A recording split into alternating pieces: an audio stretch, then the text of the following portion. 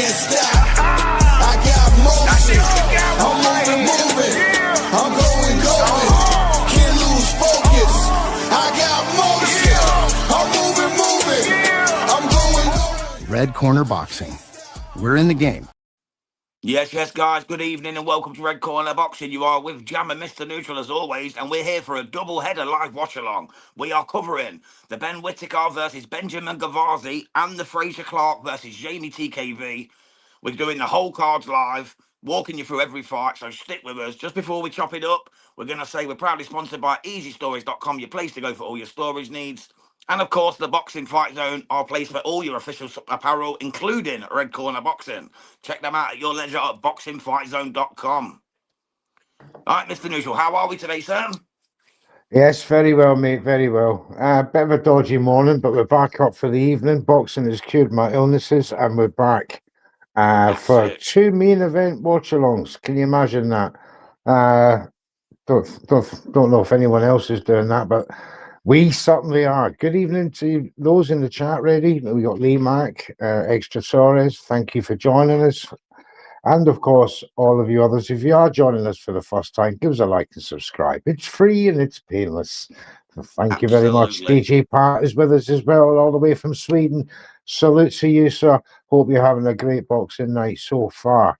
So we got some great fights coming up, Jams, and I'm particularly looking forward to this card. We've had a good start in the prediction league as well by all the boys. UD across the board there for Bradley Goldsmith. Saying off his opponent, Bradley DeJohn, by UD. Well, referee's points, 79-74. That's a good start to this. 73, and they haven't, 73.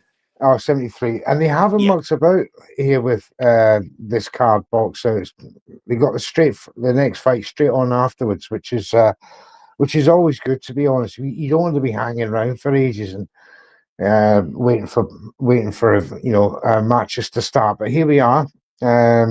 As you've joined us, the BBC card is still going, and we've got a British Bobby English. Dalton. Yeah, Bobby Dalton, Joe Cadeur for the English welterweight title, which Bobby is the champion.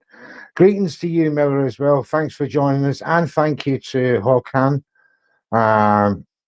as well, Ringside Live, for joining us. Yeah, so we got a good night's action coming up, mate.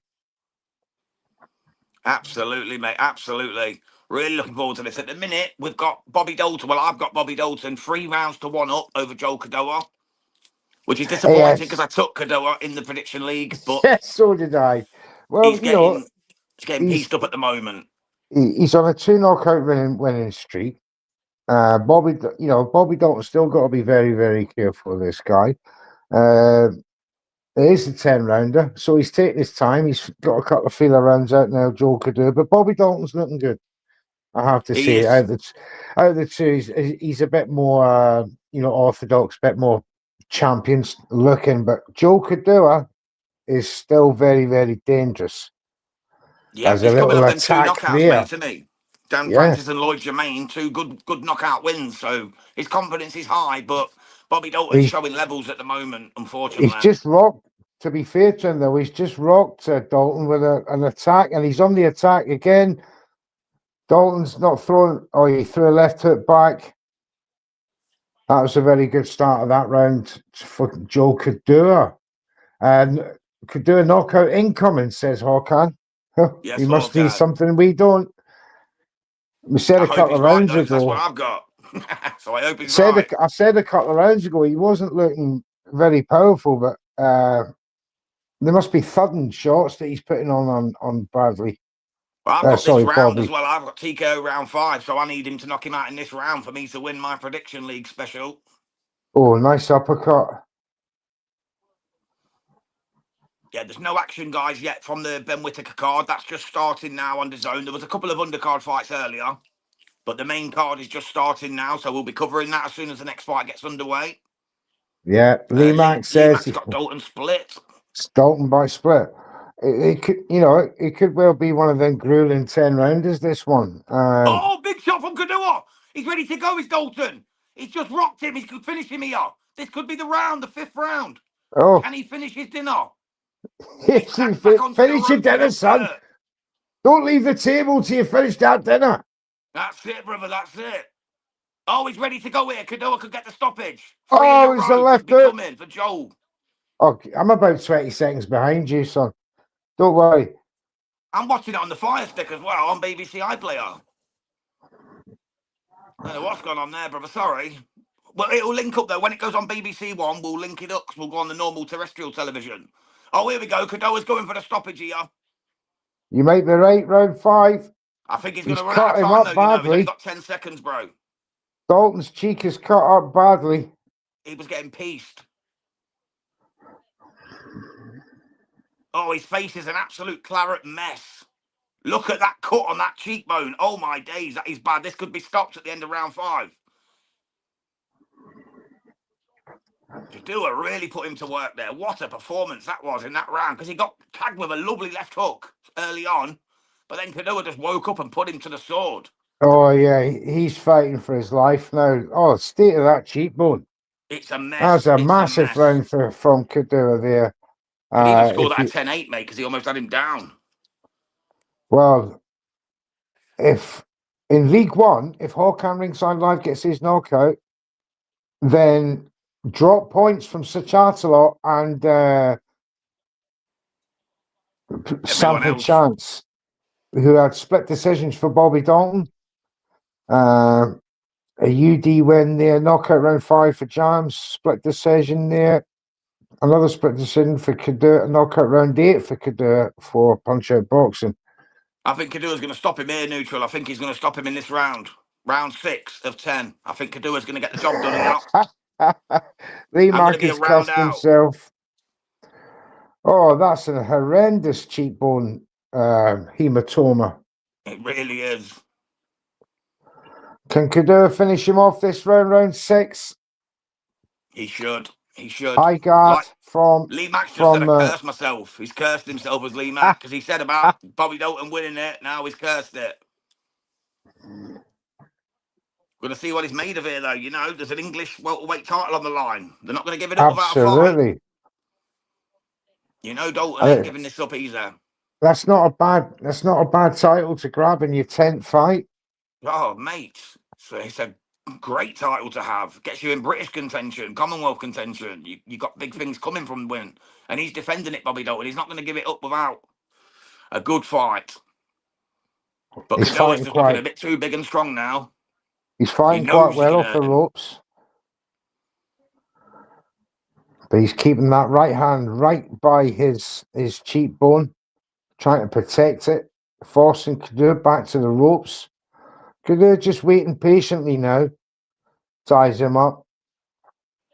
But that face is opened up a mess. 2 left hooks from Kadua for an overhand right. Still Bobby comes forward, 3-punch combination. Going to the body, Kadua replies. Another 3-punch combination from Kadua. Oh, clubbing right hand from Kadua. Just makes Bobby stumble a wee bit. Taking his time now. Tries a left, sort of lunging uppercut, but didn't quite land home on Bobby. He's still coming forward, though, Bobby. You got to give him props. Still coming forward. As they come. He's getting clubbed as he's coming forward. He's getting some success, but it's the punishment he's taken back for the cost of his attacks now that is prevalent. There you go. That he tries to go to the body. Mess. The face it's is the a left mess, neutral. hook. He's open to that left hook. Something rotten. There we go. Kadoa's got him on the ropes here. Oh, this could be the end. The ref's having a good look. He's telling Bobby Dalton to keep his chin up, stop putting his head down. Lee Mack says the cheekbone is goosed. It certainly is, mate. It's a bloody mess. It's an absolute mess. I've not seen an injury like that for a while. His face is a complete mess. Oh, we've just got Ebony Cotton coming out on the DAZN card. So Ebony Cotton's coming out, ready for her fight. So we're going to see how that one goes. She's fighting Meatball Molly McCann. Hope we don't have a wardrobe malfunction. I know she had a titty out, didn't she, at the presser? She had a little titty out. I think the correct term is wardrobe malfunction. Yeah, she's done a Janet Jackson. She's done a Janet Jackson. From back into there. She did. Back into there.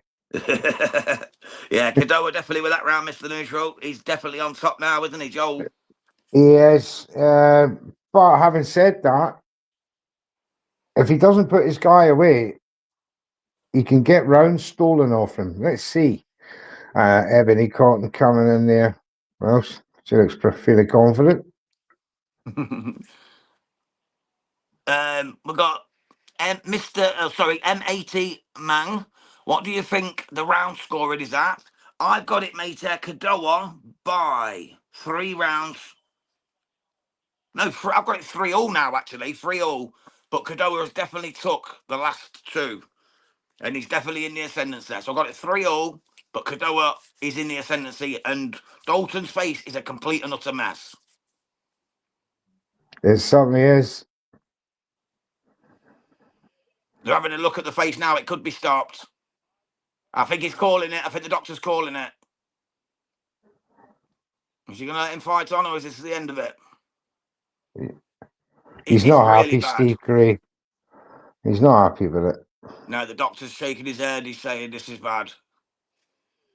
He's got a hematoma, literally as big as a golf ball, with a slit the size of like a lizard's tongue underneath. He looks a mess, does Bobby Dalton, bless him. He really does. I think this is it. I think they're going to call it. Are they calling it in the 7th? Yeah, it's a massive hematoma. Really is.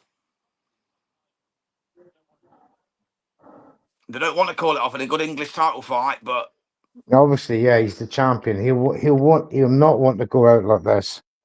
So when it's taken out of his hands. no, No they're allowing champion it. does. They're allowing it. He's continuing. He's continuing. It's one of them. It's under advisory now, so he's probably got one more round from Steve Gray to try and stay in the match. He'll argue that he's his 6 rounds gone. He's won at least 3 rounds. Yeah, But, 3 apiece.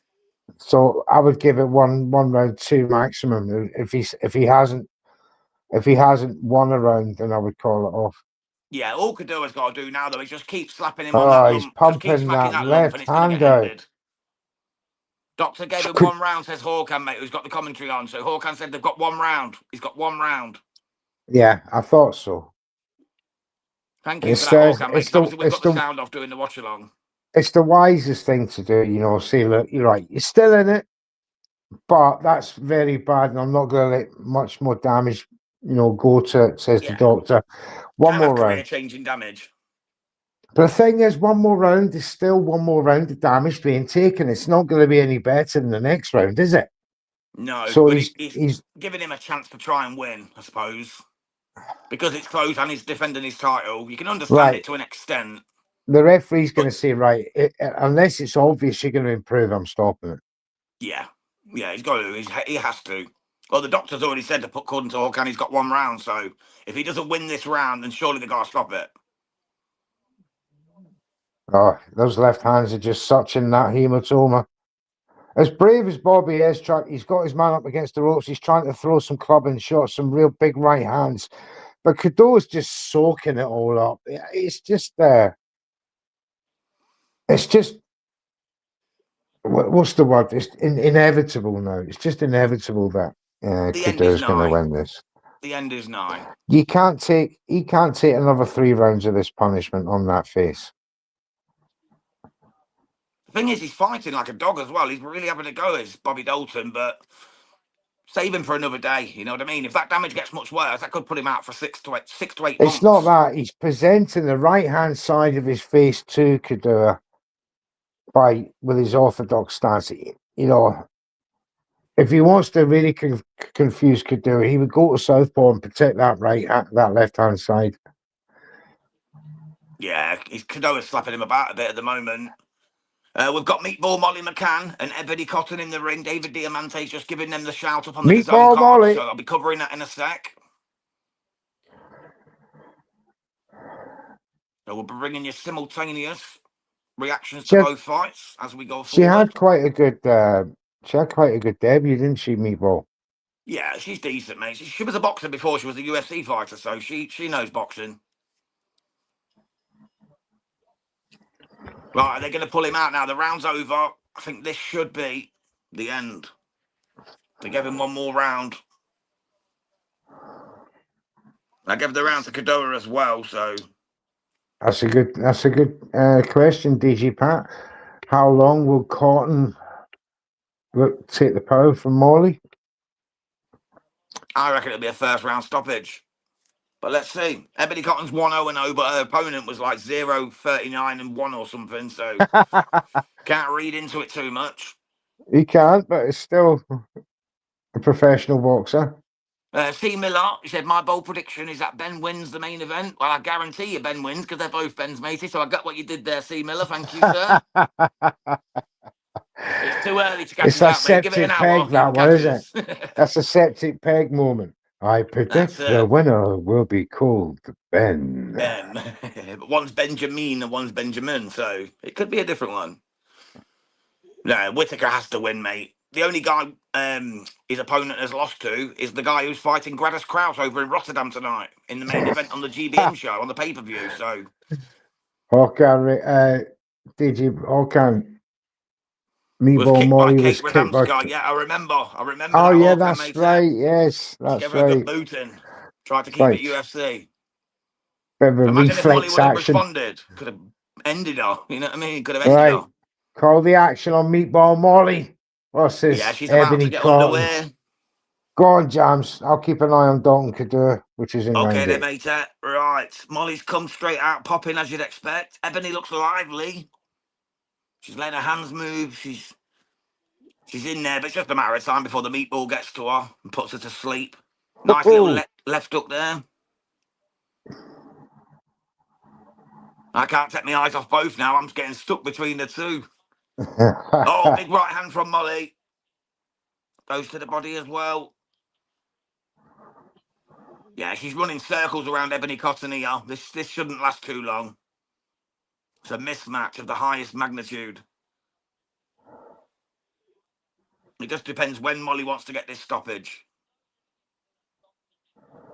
Ebony's game, though. I'll give her that. She's game. She's popping shots out, but there's no purchase behind them. She's kind of forcing the punches, dragging the shots. You can tell she's not got that much boxing experience. She looks like she should have been a ring girl who's just stepped in the ring. You know what I mean?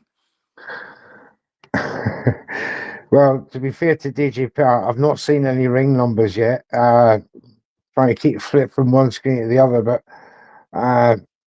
Ebony Cotton, she must be careful. Those the lips, they might get swollen in a fight like this with Molly McCann. Have you seen how short her shorts are as well? You could be seeing the other lips as well at some point. Molly's just thrown her about the ring there.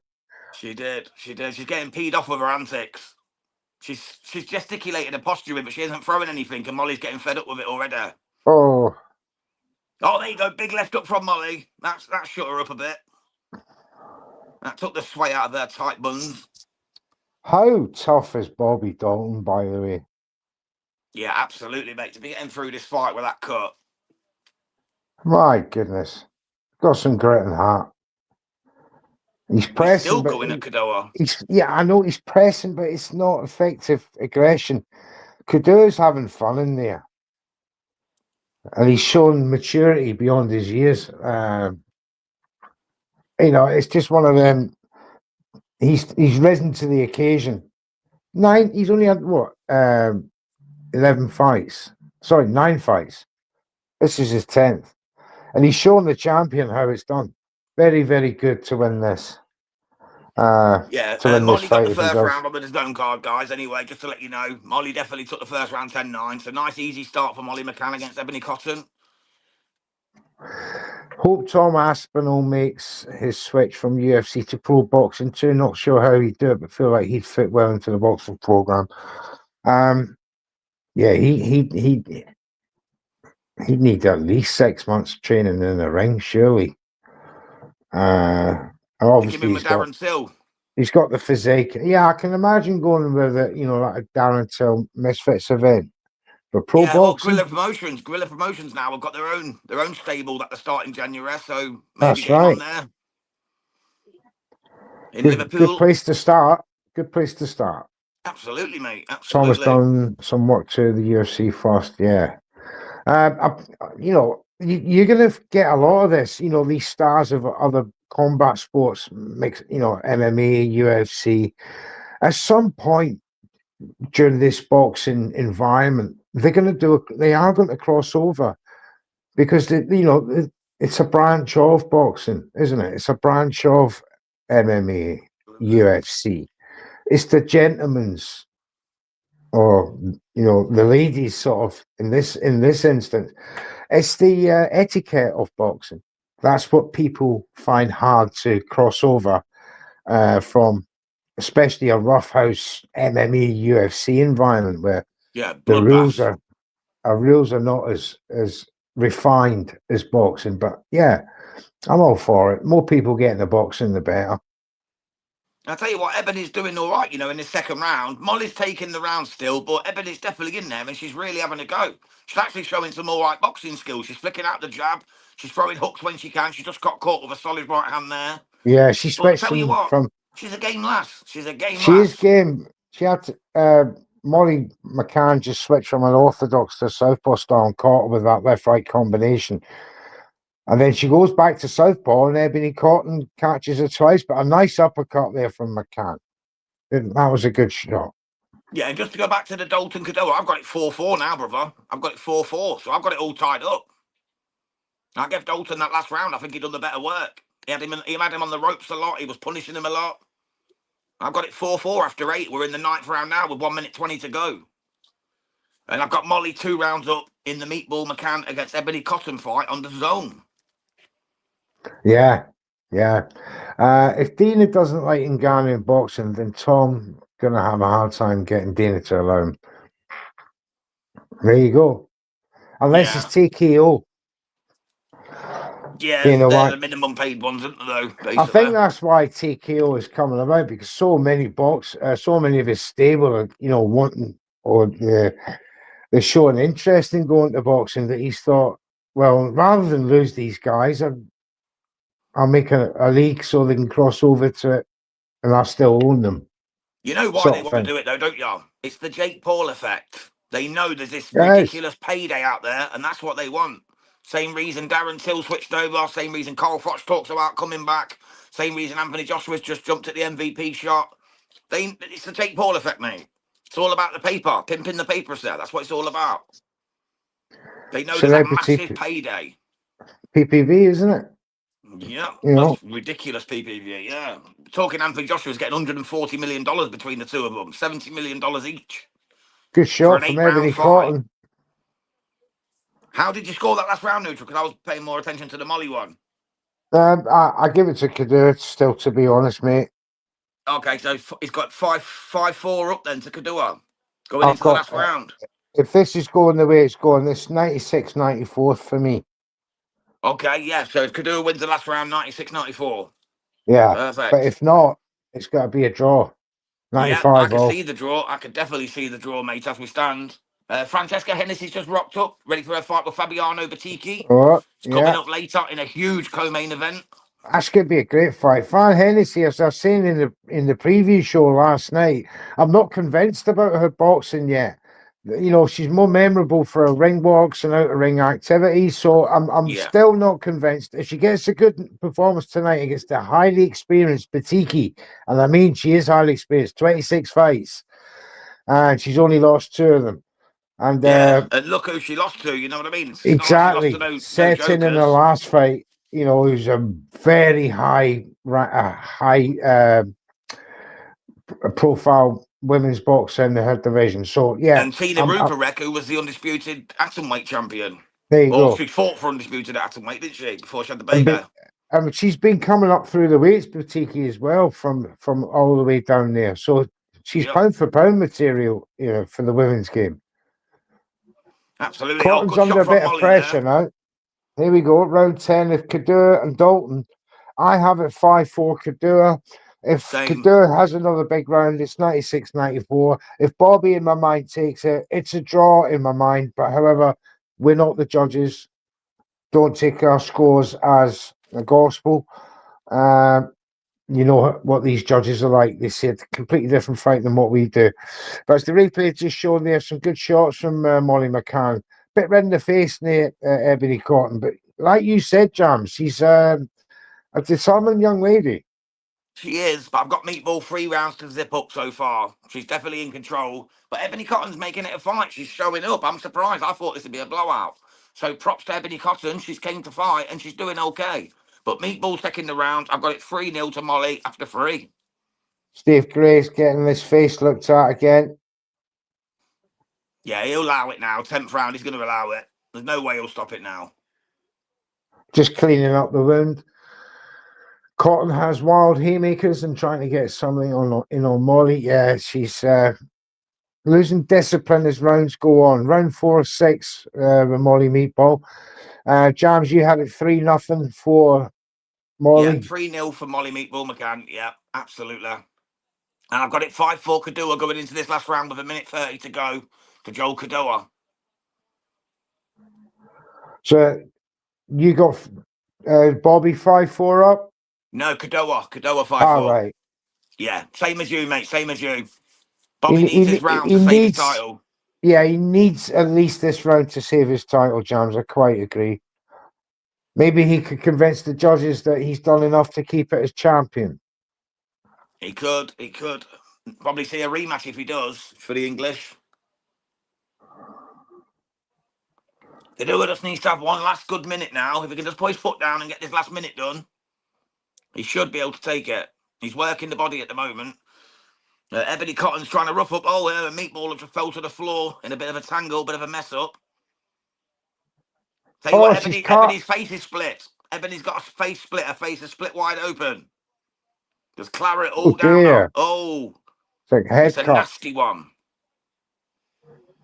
Ebony Cotton has got a nasty cut down the forehead. I don't know if it's on the scalp or whether it's on the forehead. Yeah, it's right on the top, the hairline. Yeah, it's just up there. Yeah, the hairline. It's trickling down between her eyes onto her nose. And now Molly McCann is just targeting going that. To work. Red rag to a bull time here for Molly McCann. She loves a bit of blood, does Meatball. Kadoa is finishing strong in this last round. Dalton, I think he's got it, about to go. I think we've got a new English champion myself. I've got it 96-94 to Joel Kadoa. Oh, he's still punching away. That's the end of the fight. Kadoa's got his arms up. Yankee Yard, who's closely linked with Joel Kadoa, he's very happy. He thinks you're looking at a new English champion. I agree. 96-94. He was very good in that last round, Joel Kadoa. So a UD win. That looks like that's going to be, but we'll see. Could be a split yet. I've got Meatball 4-0 up now on rounds. Meatball Molly McCann is 4-0 up, and Ebony Cotton's got a serious head gash, which could throw her off a game. Maybe Molly could get the stoppage. Yeah, it was a head clash. It was a real nasty head clash. Head clash it was. Clash of the Molly didn't hairlines. even feel it, did she?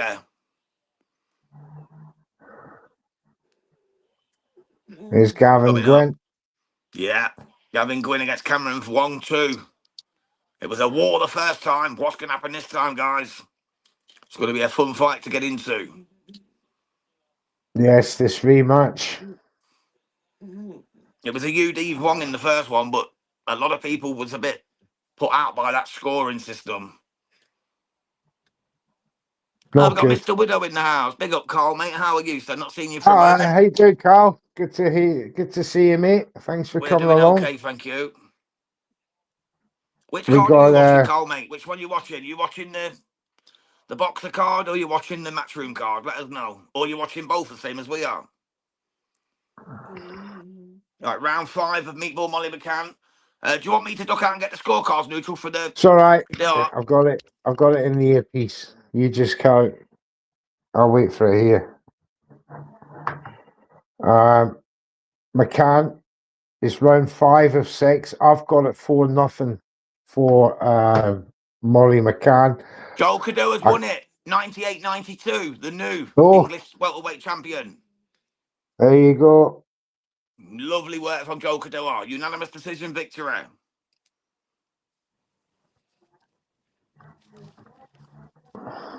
Congratulations to Joel Kadoa.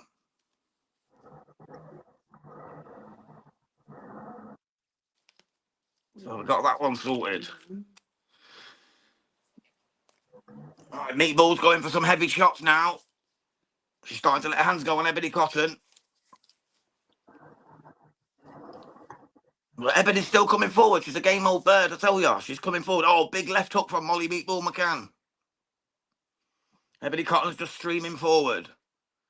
Again, the left hand of McCann lands, and then she goes for the right, just misses.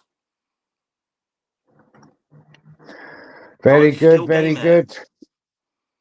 We're in the 5th of 6 of 8. Yeah, it is 6. Sorry, 5th of 6 here. Between McCann and Cotton. Stem the flow for Ebony Cotton. She's no longer blood, flooding down the face. But she just got checked with a big left hook, and McCann's on the attack. Big punches coming through. End of the round. Another round for Molly McCann. How far can Molly Meatball go? I don't know. I think age is starting to catch up with her. She's blowing hard in the corner there, blowing her eyes. It's because she's throwing haymakers every time, Neutral. She's literally going for the knockout punch every time at the moment. Yes. But the question, how far can she go with this against younger, fitter women? I don't know. I really don't know. We've got Jack Massey coming up now, guys. Oh, here you go. Alfredo Perez, when is Garcia Massa? They're fighting right now, mate. They're just being called to the ring, so good timing. That's Thank you for next, tuning in. yeah. Hit that subscribe button if you're new to Red Corner Boxing. If you're not, welcome back. Thank you, sir. We got the Argentinian, Ivan Garcia. ¿Cómo está? Hope you're all right if you're joining us from Argentina as we pick up your countryman's fight right now here on BBC One in the UK. And we'll talk you through the fight. We'll talk you through the fight, and hopefully Ivan gives himself a good account against a very, very good Jack Massey, it has to be said. He's not world class, but he's very good. He's got the 10 knockouts from this 10 is wins. It. As I was saying on the previous show, this guy, either you knock out or he knocks you out. It's one of them. He's there to play, mate. Dangerous. He's here to play. He's here to win. He's here to fight. He's here to win. This guy goes from round one. Haymakers. He'll try and put you out. It's great to watch. It's these kind of fights that I love watching, because when you got two guys going straight out to actually stop each other, that's a boxing match. You know what I mean? Right. It's like two Jai Opatayas going at it. Yeah. Gotta love it. I mean, when was the last time Jack fought? Was this year, wasn't it? Yeah. He's only been stopped by Jai Opataya, Jack Massey has. His last fight, he's had a win recently, but it was 6 rounds middle of the road win since the Jai fight. Yeah, he has come back and won one. Yeah. One smack Massey name now, though. Coming into it, but Ivan Garcia, as I said before, the only thing Garcia, I mean, if you look at him, he looks like he hasn't spent much time in the gym, but that's not to be, you can't take much away from that. There's boxers out there who don't look great, but turn out to be very, very good. Yeah, just to answer Lee Mack, Joel Kadoa is the new English welterweight champion, mate. He did it. UD when, mate? 98-92. 98-92, Lee, mate. So Kadoa got the win, pal. He got the win on points. We've got Big Ryan in the house. Last fight was a belter. Credit to Dalton. Yeah, man, he hung tough, right? Absolutely, brother. It was real good. Didn't you realise you guys were live tonight? We're live every night, mate. Yeah, Garcia round one. Yeah, you cover that one, Neutral. I'm going to get the Molly scorecard, and I've just got to nip to the lab. You do that, mate. You do that, mate. First blood went to Garcia there with a right hand, as my stream has been interrupted. That's not good, BBC One. Start again.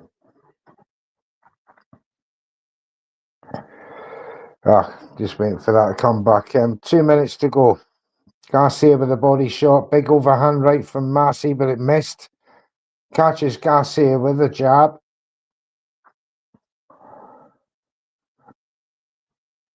Oh dear. Working perfectly all through. And now, as I try to give you the fight, it's stopped. Dear.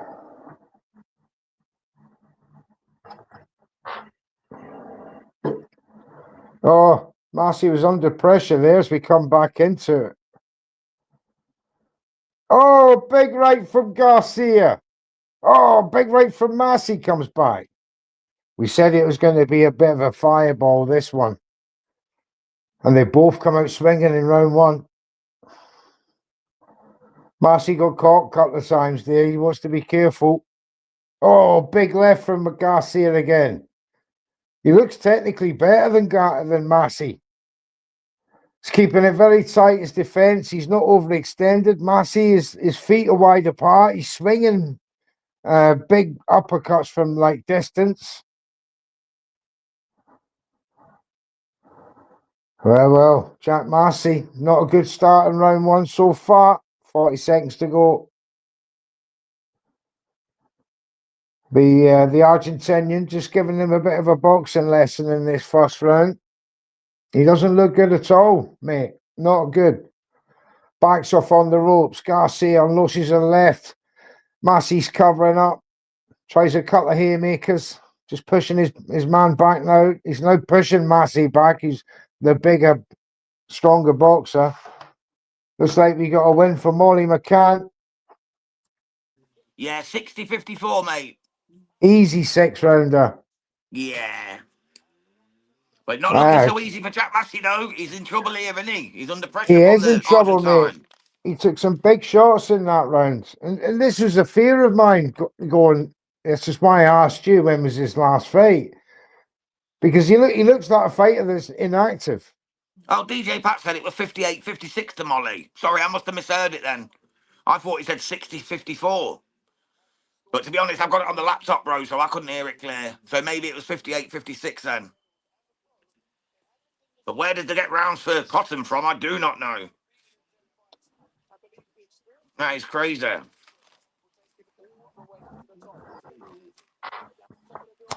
Yeah, they just the Marty corner just speaking to him and you know, so, calm yourself down. Get back to some boxing here. SDG Pat, where the heck do they find them rounds? We don't know, mate, but they find them. You know it as cheers.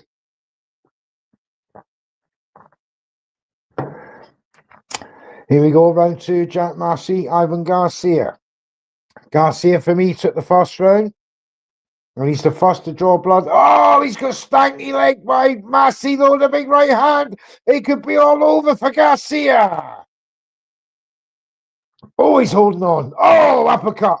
And Massey's going for it, but back comes Garcia. Oh, another right from Massey. These two are going for it now. Goodness gracious. It's only round two, gentlemen. Calm down. Oh, big right from Massey. Round the corner to the body as well. Good shot. Better round two. Oh, but walks into right hand from Garcia. Oh, no danger. This is a good fight now in round two. Both have stanked each other. And it's the first minute. Oh, Garcia went to throw a left and lost balance. He looks visibly tired already.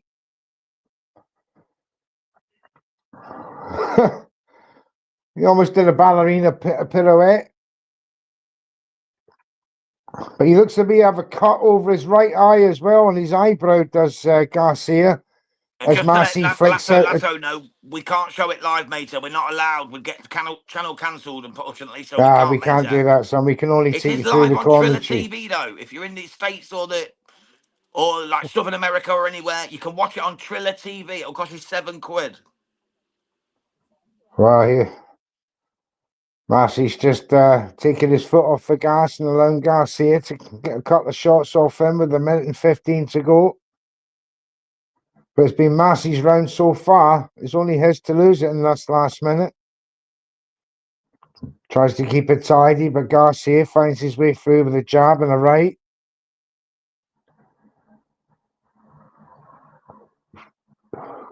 And just lets Garcia come in before replying with a left shot, big uppercut, right hand round the side from Massey, but 2 jabs and a left uppercut from Garcia as well. He gets through with another one. Good shots from Garcia, coming back strongly in this round. Massey, right hand. Back comes Garcia, but that cut's looking ever present now. Massey's trying to jab through the middle, catches them there, but Garcia was in the process of throwing the body shot and the left hook, which he did get some success with, but Massey's just had 3 punches unanswered from Garcia. And Massey round for me. What a great round that was, though. Ivan Garcia was stanked in that round. From a right-left combination, then a right, 2 rights after it, had him up against the ropes. Then it was an uppercut. But it was a lovely combination to set up, and his legs had gone almost. It was almost as if it wasn't for his knees locking, he would have gone down. Yeah, great round. 1-1. 1-1 in my opinion. I thought Garcia took the first round. I thought Massey took that one. All Yeah, to I play scored it for. exactly the same, mate. One apiece after 2. Just to answer Lato again, we can't show it live, mate. We get a channel cancelled. Unfortunately, we can only talk you through it. That's all we Can't can do do, it, mate. mate. Can he do it? You know the rules, YouTube. They'd end it. They'd end the stream instantly if we showed it. And they You have then to have a does. license. And we don't want to get ended just yet. Take over, John. Not yet. Got a few years yet. Got a few years before that. Aye, few years yet before he can end That's us. it. Before we get cancelled.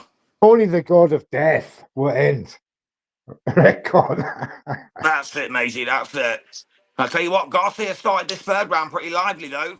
But Massey lands a nice right hand. Garcia throws a big right hand. It's Massey now pushing him back, flicking out a nice left jab there. Both men looking for the knockout here. I This love ain't going the Argentinians. full 6. I love it when the Argentinians come to town to these shows and fight. They just put everything Warriors. into it. Absolutely. Warriors.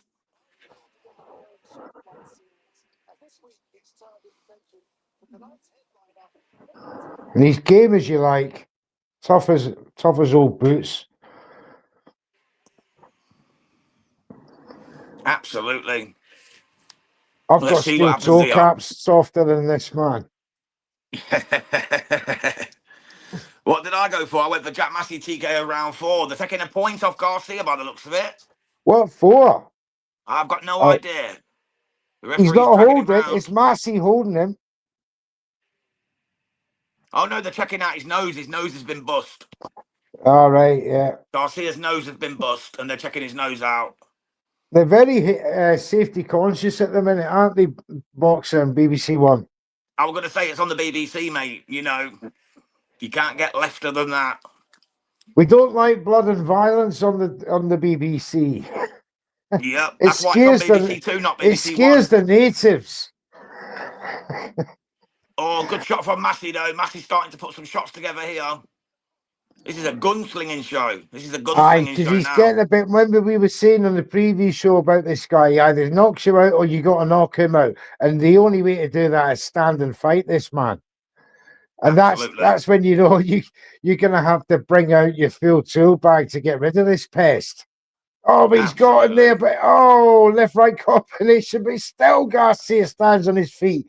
Still says, come on, you Englishman, come to me. I love it. He's going for him, isn't he? He's going for him here, Garcia.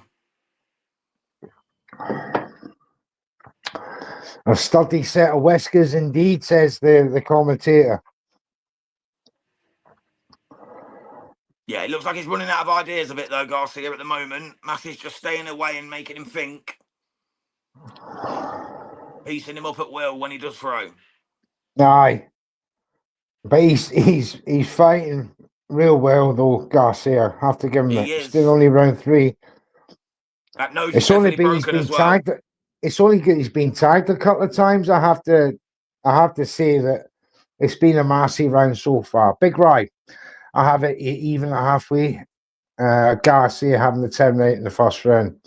Was it a 10-8 in the first round? Well, did they count it as a knockdown when he touched down? He took a knee, but did they actually count it?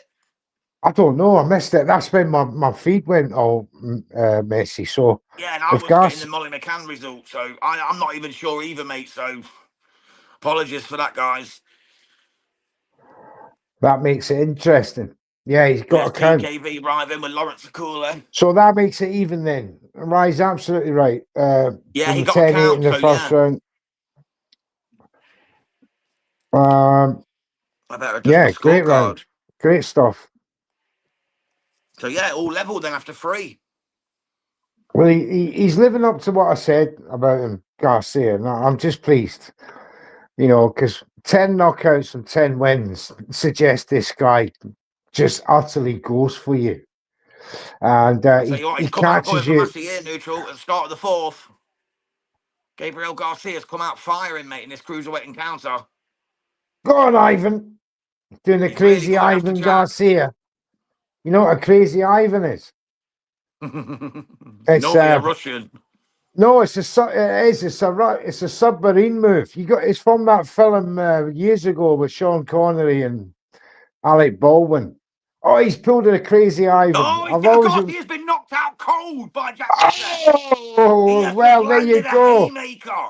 What did I tell you? Got to knock this guy out, or he's It's got up to though, but it's knock you over. out. It's over. It's over. Massey's knocked him out, but I tell you what, man, he got back up, He was out cold and he still got on his feet. What a warrior Garcia is. Oh, But he boom. walked on, and it was an uppercut through the guard. Jack Massey steps back, but he's up on his feet, and the referee's counted him out. It's a knockout win for Jack Massey in And look at the round round, neutral. Look at the round. 4. Did we see that, Jamesy Me and you both boy? had round 4, brother. Jamesy boy, we said round 4, 18 points. Come on. Prediction League. I knew I'd have a good week this week, son. 18 points, brother. 18 points we got on that one.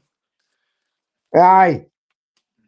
We got the 18 points, mate. That's So our did best result of the night so far. Håkan. Oh, did he have 4 as well, the snide Yeah. sod? Oh, no. Dirty bastard had 4. Never keep And up so with that did guy, Raf can we? from We can Punch never Out get a break on him. Boxing. We can never get a break. Never get a break from this man. Thanks, Rye. Hunting for Oh, in October, Mr. Neutral. no. It wasn't. I was looking at the wrong league. I'm looking at the wrong league. Knockout 5, said the 2 front runners. They were a So they round only get to out. 15. You should have only listened to Jamesy, mate. He got the full caboodle. 18 pointers. Get in there, you. Get up. Get Get up, son. Right, we got We love Cameron 18 Wong pointers and Gavin here, Quinn Red coming Corner out. Boxing. It's a good week. I can feel it. It's a beautiful Mr. week. Mitchell's going to take me. I'm coming after you, son. I want your place at least.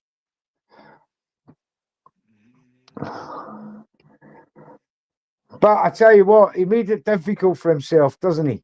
Didn't he? Yeah. He made it difficult for himself.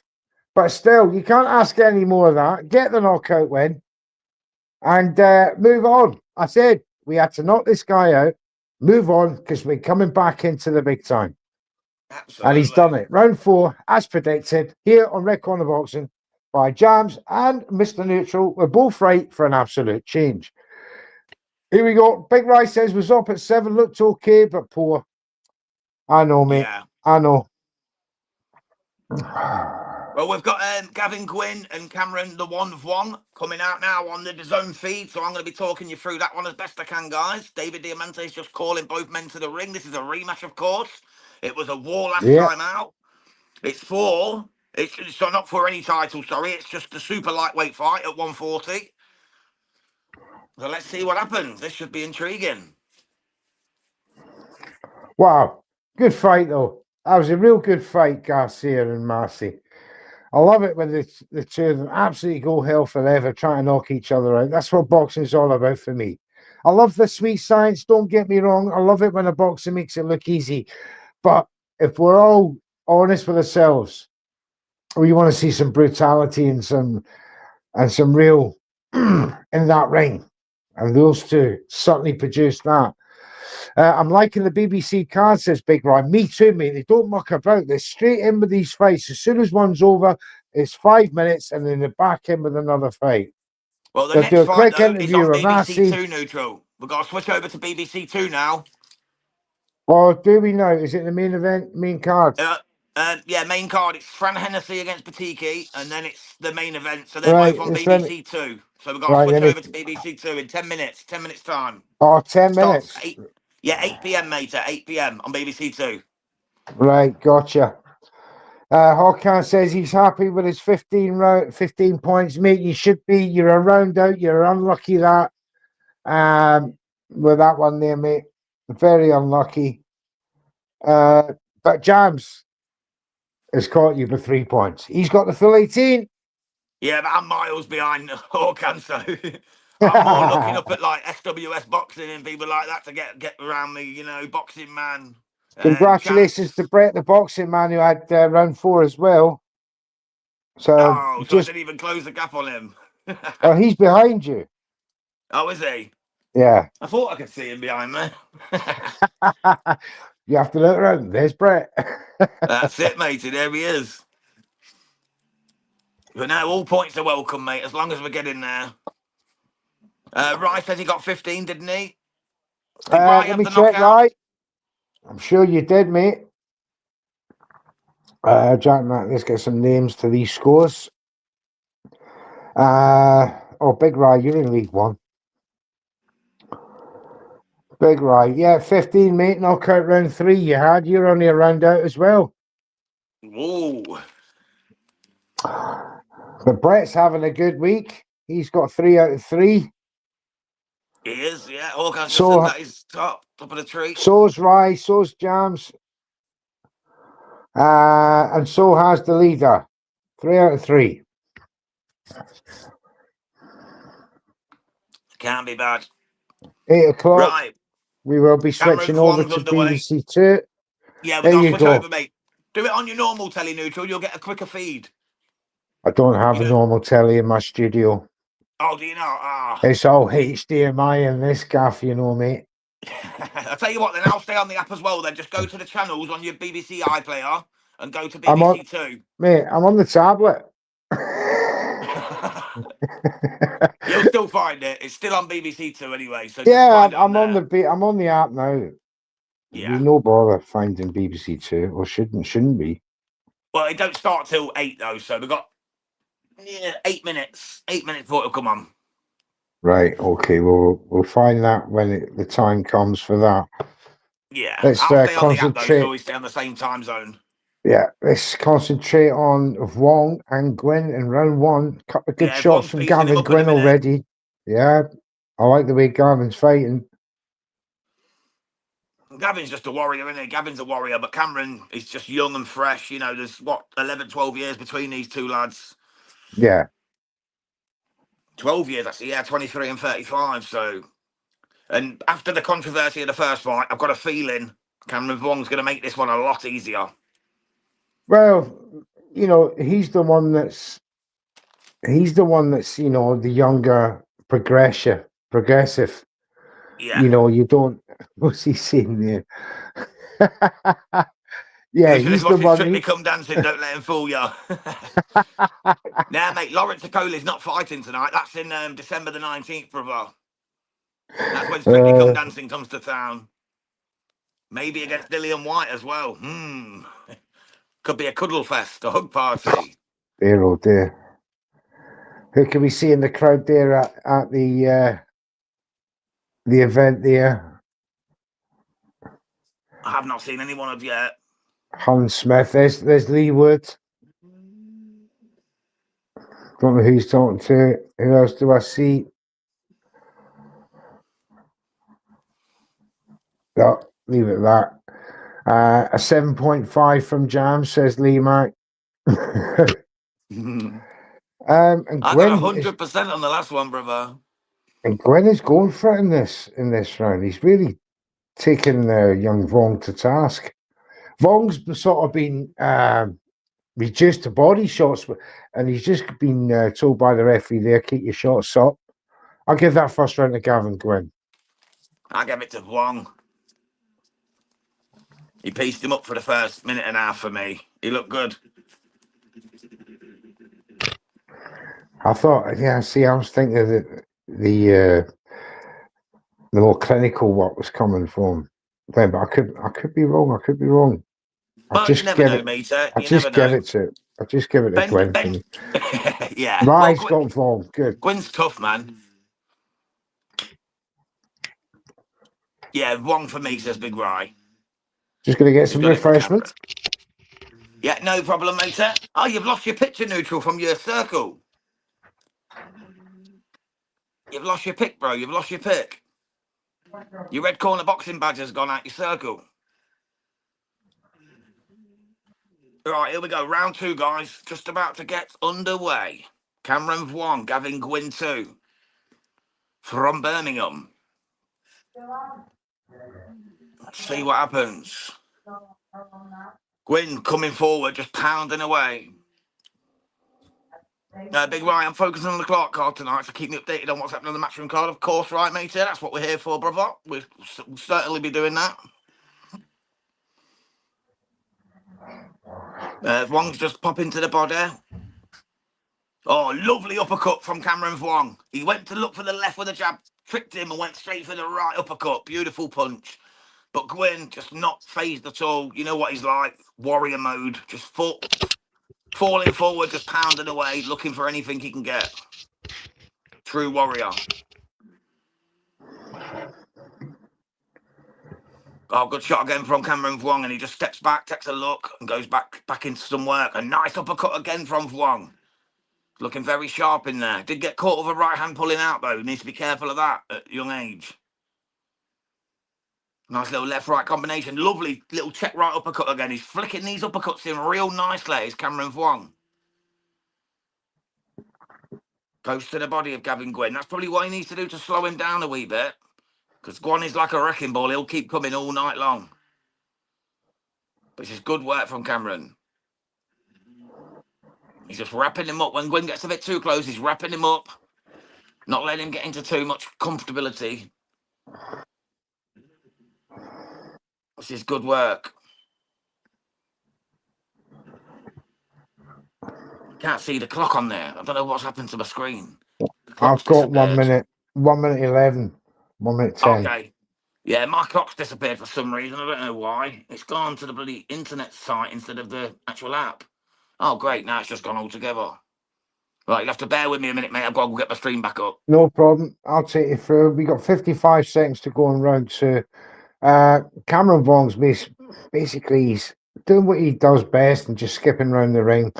Comes in 2 or 3 shots at a time, find this target. A much more, I would say, visible difference in levels here from Vong in round 2 than round 1. Just getting told off by the referee again.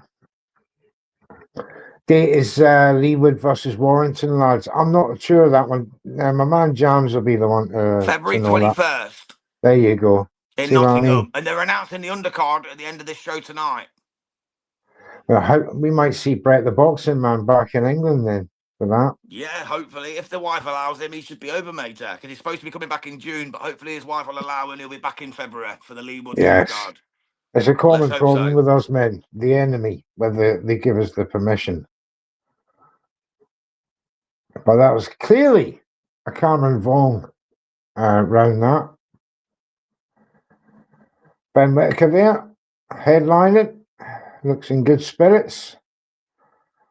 9-0-1, that one draw from Liam Cameron, forever on his record. What is Brett on the undercard? No, he's coming over. You know for the what? Leewood I wouldn't put it past him. He may well do, you know. He's a big Nottingham man. He's a Nottingham man. He's put himself to bed with fever killers and trying to get rid of his cold. If the bastard can handle seeing the whole card, need to pull out tomorrow. DJ Pat there suffering with a cold in Sweden. I'm not sure that's a thing that's rare. It's very cold in Sweden. However, shouldn't really give you the cold. But it does.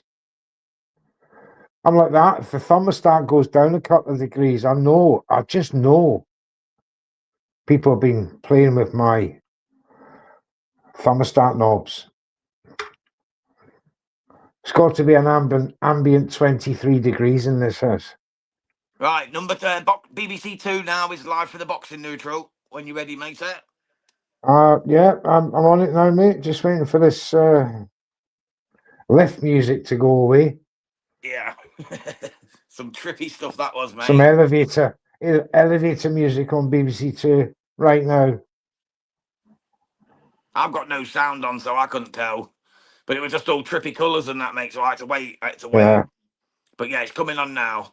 It should be Yeah. Fran Hennessy against Batiki first, and then obviously the main event of Clarke TKV should be around 9 o'clock.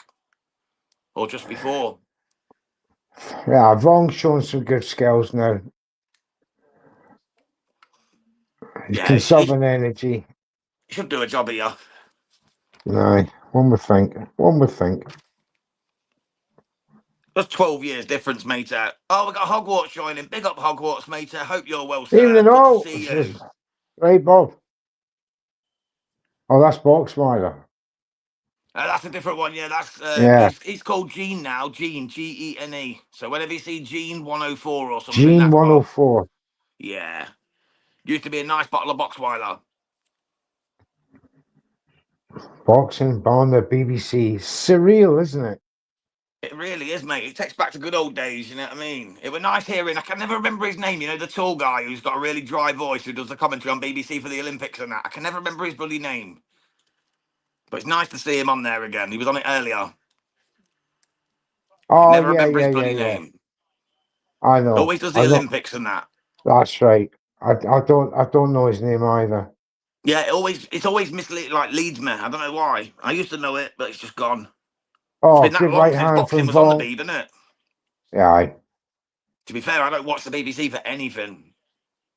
Nothing at all.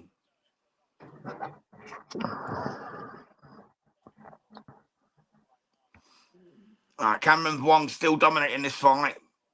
30 seconds to go of round 3. He's definitely in the ascendance there.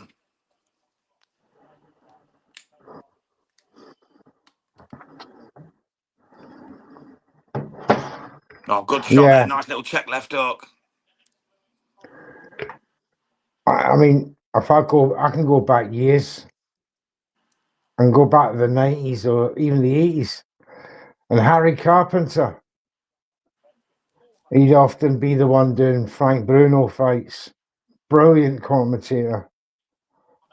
I remember going with my brother-in-law. He was a professional boxer back in the 1990, and he was in the Frank Lawless and Mickey Duff stable. And I remember being in his changing rooms. I was only about 22 myself, and all you could hear from the other room was oh. Oh, Frankie Bruno. And it was Frank Bruno laughing he was on the same card, and he was laughing away in his in his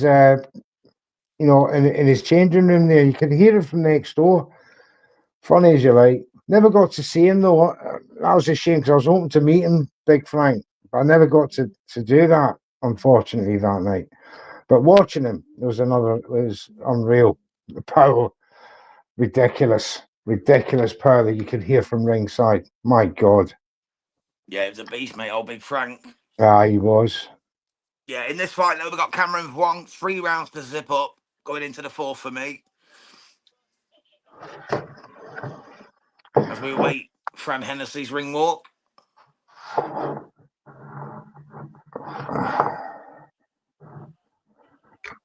Gwyn's doing some good work here, though. He's pushing Wong back a bit in this 4th round. He's come out trying a bit more. Maybe his corner's got into him and told him you need to do a little bit more Aye. work. But this is I mean, if young boxers are looking at this,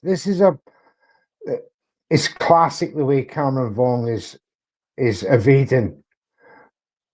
You know, he's got good defense with this type of strategy from this type of boxer. And he's shown young boxers how not to panic when you're under duress and just box your way out of situations. You know, Yeah. It's where it went wrong in the first fight. Exactly, but he's showing levels now in this fight. He's learnt so much from that first fight. Yeah, that's why you need people like Gavin Gwynn to teach them. You know what I mean? Hogwarts said, loving the BBC boxing. Even the old girl is watching and is excited. Oh, bless me. That's always good to know. My It's missus has BBC. passed They out got next to that me. She charm. fell asleep. They still hold a great charm with the older generation. Yeah, they're showing some classics on there at the moment, aren't they? On the BBC too. I mean, you can imagine their The Clonus archives. Cyclone they're showing at the minute.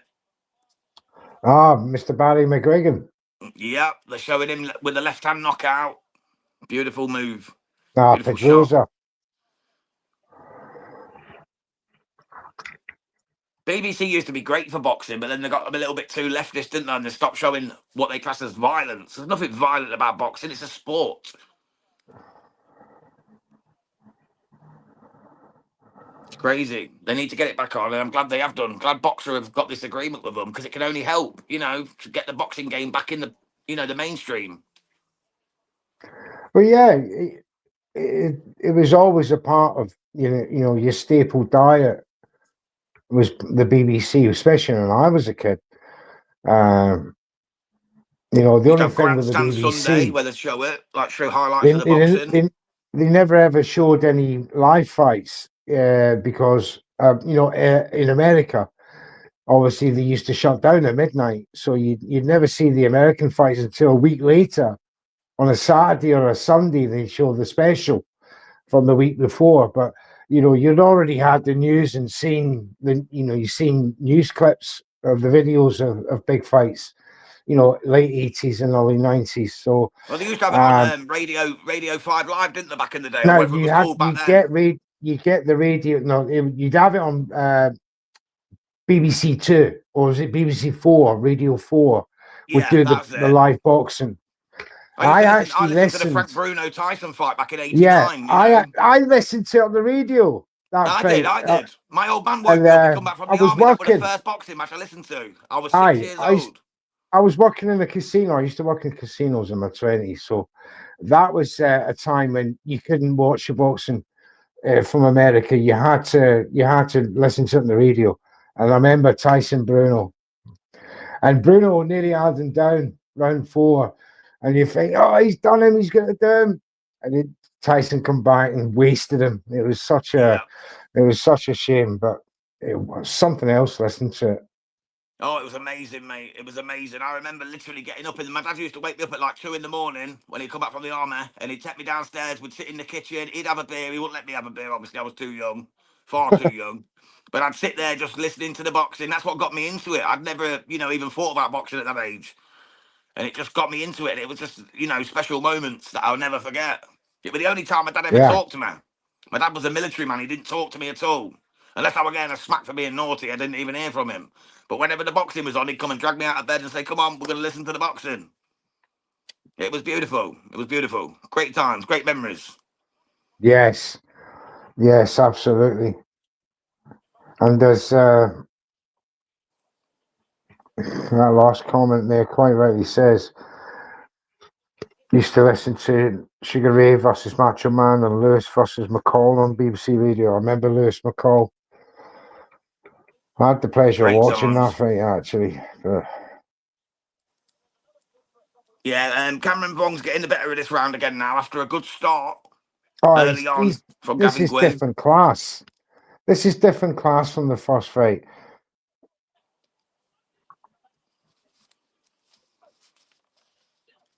I'll tell you what, Fran Hennessy, she's looking confident. She looks in great shape. She's got her dad watching on Mick Hennessy. He's ready to see it. Let's see what she can do. Can she step up on the big stage against Fabiano Batiki? Because it's a tough ask, neutral. As you said, she ain't no like sea-level boxer. She's world class. Yes. You know, coming up from Pound for weight, pound. she's a very good boxer. She's pound for pound class. But the thing is this her ceiling of this weight with Fran Hennessy at Super Bantam? So you know, it's just as much as a banana skin as it is for Fran Hennessy. Yeah, it's just at Bantam, this one as well. It's not super, it's just Bantam. Bantamweight, that's right, yeah. 118 Yeah. pounds. What? Yeah. Sam Jones, happy with Cameron Vong's work there, giving him a round of applause. Look at this. Power thrown 268 to 131 in favour of Gwyn, but landed 64 to Gwyn, 48 to Vong. So 292 punches landed to Gavin Gwyn's 90. So there's not a lot in this, but I think the difference with the judges will be with this one is the more notable shots have come from Cameron Vong, and he's been very, very clinical for me. Very good. He showed his youth and exuberance, isn't he? He looks the fresher. He looks the one landing the better shots. He's pulling out of every attack with the last shot, and that's what the judges remember. Yeah, Gavin Gwyn doesn't stop throwing, bearing in mind. So that's where you got that thing where, well, at some point he's going to land. And he does, but the ratios are not in his favour. He'll probably land about 1 in 5 shots, Gwyn. Then go downstairs, attack the body, but not a lot of them. And he looks exactly the same state as he was in the first fight. The eyes, if you notice, the eyes of Gavin Gwyn get marked up very, very easily. And this is what his problem is. He's not, when he just keeps this forever going through the middle, punches. Yeah, agree, mate. It's just 50-45. consistent. It's consistent with him. And that's what loses in matches for me.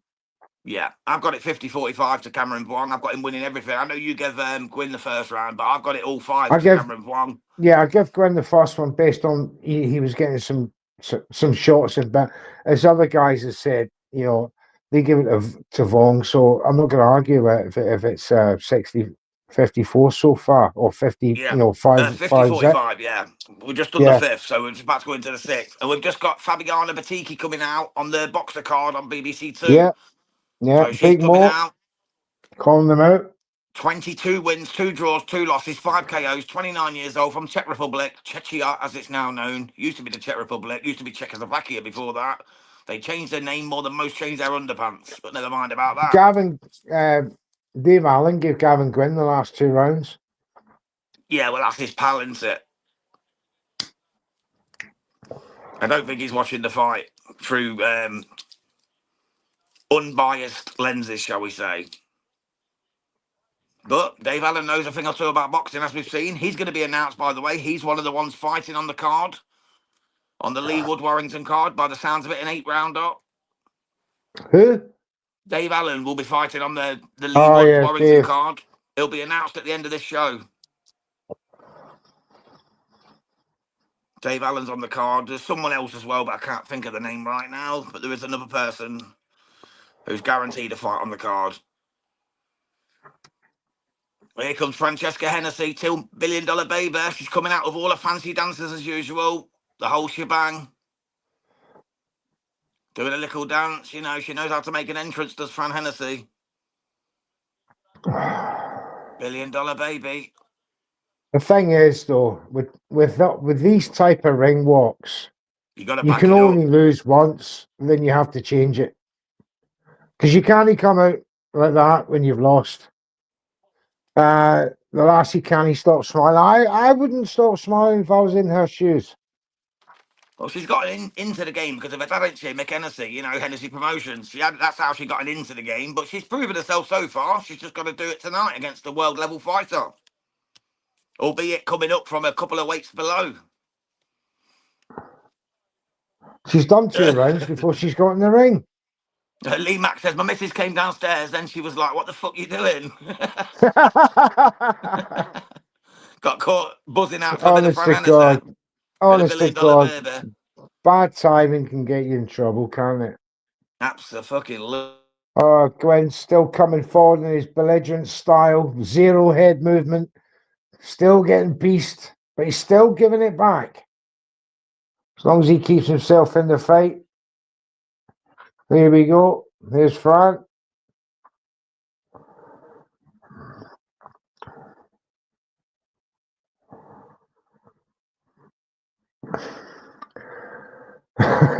That's hilarious.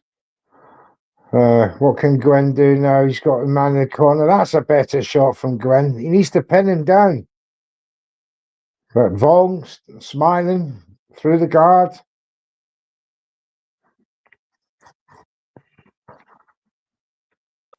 Yeah, Cody Momoretz, Big Mo's just giving the announcements to Batiki and Hennessy. So they're about to get underway in the next 2 or 3 minutes, guys. So stick with us for that. Cameron Wong, for me, took that round again. So I've given him another round, so I've got him comfortably ahead.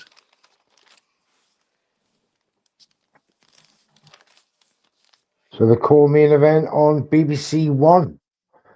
It's like, and they haven't much about BBC here tonight. They have just fight after fight. It's just been like 5 minutes, right? You're back in the next one.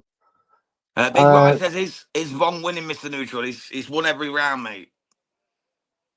I think so. I've got him at least 3 rounds up, if not 4. But what do I know, mate? I'm bottom of the league. Pay no stock to me and my predictions. Absolutely pathetic at the minute. So, yeah, but we took a hit on the Norman Jr. one, didn't we? Let's be honest.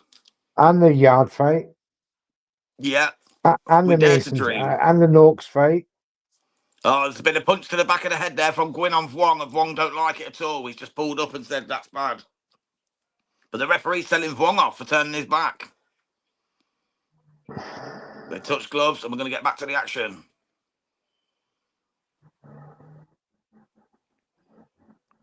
Tell you what, Vong moaning like that about the back of the head shot, that makes me think that he's feeling like there's a bit of pressure on him here. Oh, good exchange between the two of them there. And Gavin Quinn, for me, come off the better with, yeah. Definitely. And this is what he needs to do for me. He needs to dog Cameron Vong. He needs to pin him in the corner and absolutely dog on him.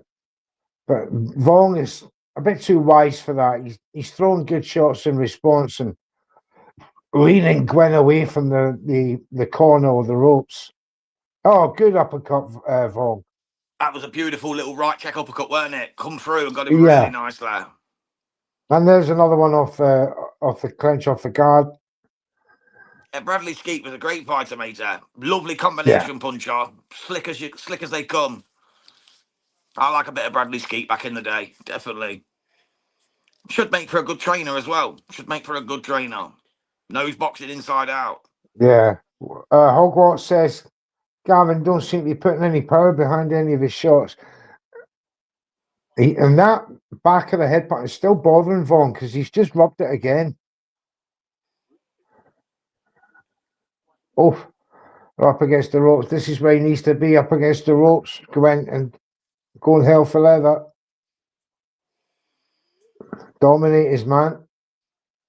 And that's exactly what he's trying to do. Vong dances away, tries to come back. The left shot and the right uppercut. 2 jabs from Vong there from the advancing Gwen. There's another couple of jabs. Ducks down. Again, another punch to the back of the head. And he's rubbing his head again, is Vong.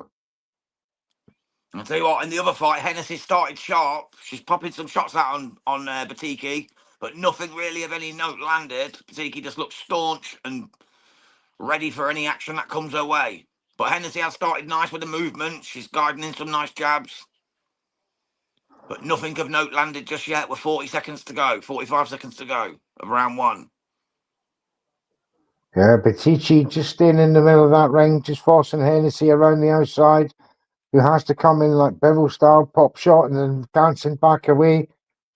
But Batiki catches her with 2 jabs coming forward. Closed her eyes there, Fran Hennessy, she went for a cross cut.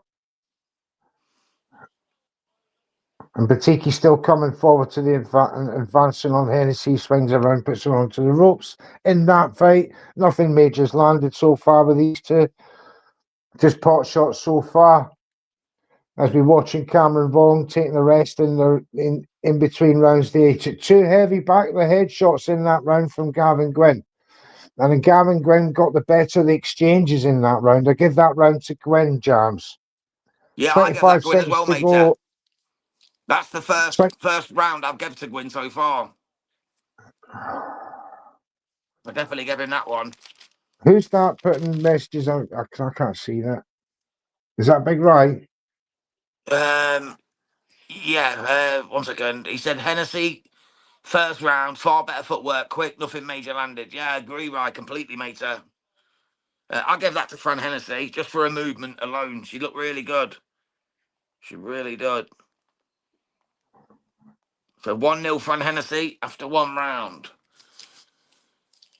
It's got Bradley Skeet, James Ford, and John Pegg in a corner. That's a decent corner for a young fighter like They're Fran just Hennessy. showing her getting counted there. And she went for a hook. She's You got got to to be watch for careful, the this, $1 billion bear Batiki. there. Here we go, round 8, Vong and Gwen. Let's get Big Rai on. I'll get him the link. I'll send that to you now, mate.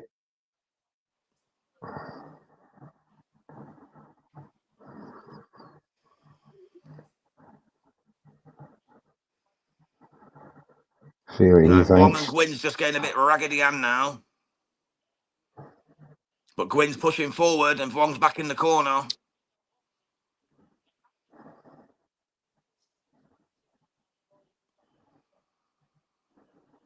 Oh, good right hand from Wong now. Landed a sweet overhand right, but gets caught again.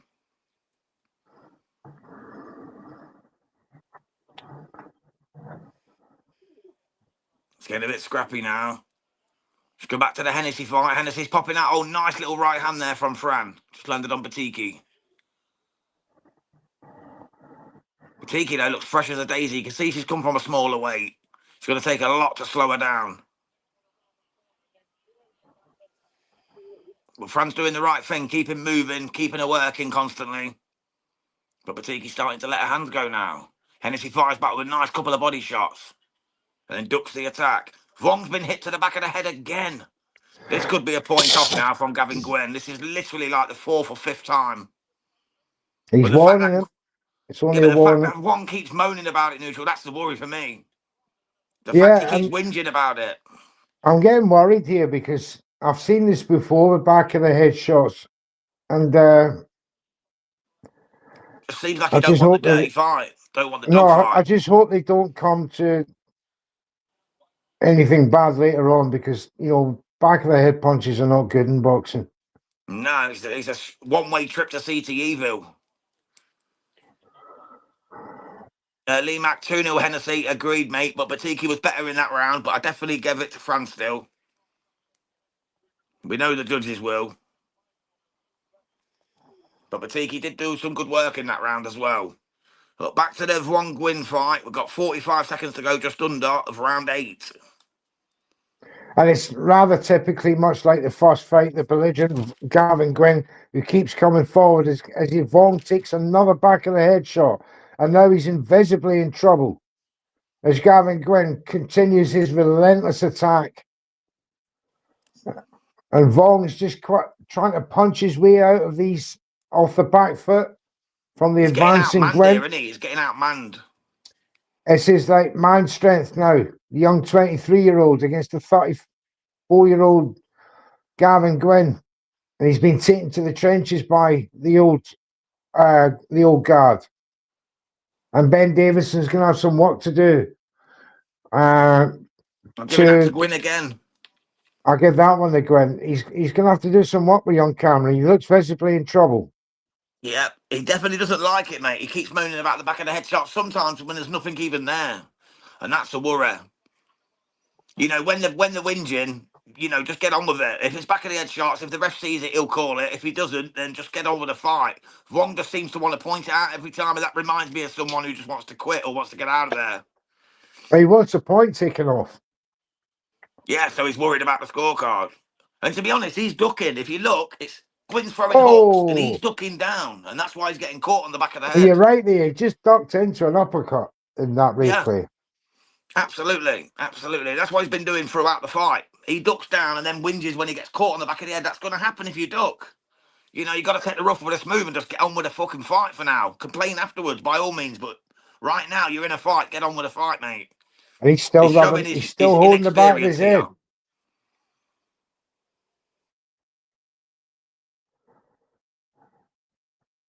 Yeah, still there's been very much little difference in this in the way these two have engaged in fight two. Still very similar to fight one. However, Vong's been very much off the back foot in this fight, but boxed beautifully in the first, say, 6 rounds.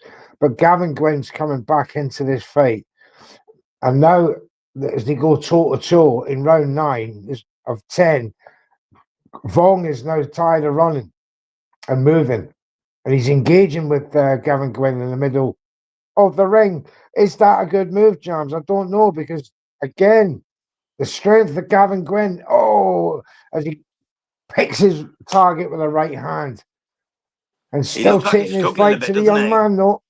Vong still, for me, he's thrown in survival. I swear Gwen could be Gary Locke's son. The Rocket. The Rocket. Absolutely. Back to the Fran Hennessy fight. I'll give it the 3rd round as well, so I've got a 3-0 up in this vacant WBC International Bantamweight title fight. But it was a close round again, to be honest. She's not outboxing Oh, Batiki. She's just snatching the rounds. Hogwarts says, that's how you got good. it, lads? Well, I've got Hennessy 3-0 up, but I mean, Yeah, I'm not same. having it. I'm not having it. She's dominating. She got counted numerous of times in that round. However, I think she's Absolutely. just done enough to win it. As for Gavin Green, Cameron Vaughn, I have it 5-4 to Vaughn. Final I've got round. it 6-2. Sorry, 5-3 to Vaughn. You I've got got it it 6-2. 6-2. Yeah, All 6-2 right. to Cameron Vuong. But I could easily see 5-3, to be honest. Are you there, right?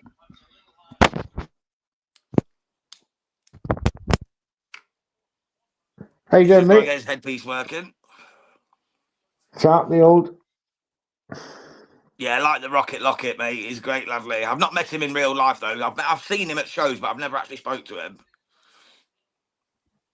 But if he supports Liverpool, you know he's about the right business. Yeah. How you doing, Well, big man? unless it's lately. Can you hear us? Aye, that's me in there, lads. You hear me okay? We got you. Good man. What do you Waiting for the think? Bluetooth to set in. Oh, good shots Better from work. Vuong. Oh, Vuong's just landed a beautiful uppercut. That was better work from It Cameron was. Vaughn. Did it take the round I've for you, the got it. neutral? I've got it 5-4 to Vaughn. How about you, Rye? Watching What are you watching? He's watching the Hennessy fight. the Hennessy Are you watching fight, that mate. fight? She's So what have you pretty got? much total Top- control, Yeah. but there's nothing major She's just got to watch for that Batiki counter, though. landing.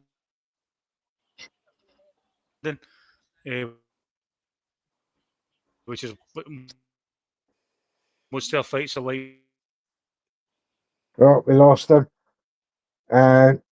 Glasgow The Wi-Fi Wi-Fi's being sent from has let him Africa. down. It's a bit of a bad one. About We'll get it 50p next in the time. meter, Rye. Get that Wi-Fi back up, son. Get back in here. He'll be back in a second. Fran Right, Hennessy final is round it? between Vuong and Gwyn. She is I've got sort it of in now, total 5-3 control. to Cameron Vuong. Now, no one's counted that 10-8 in the first round here. Maybe the judges have. Sorry, lads. Don't worry, mate.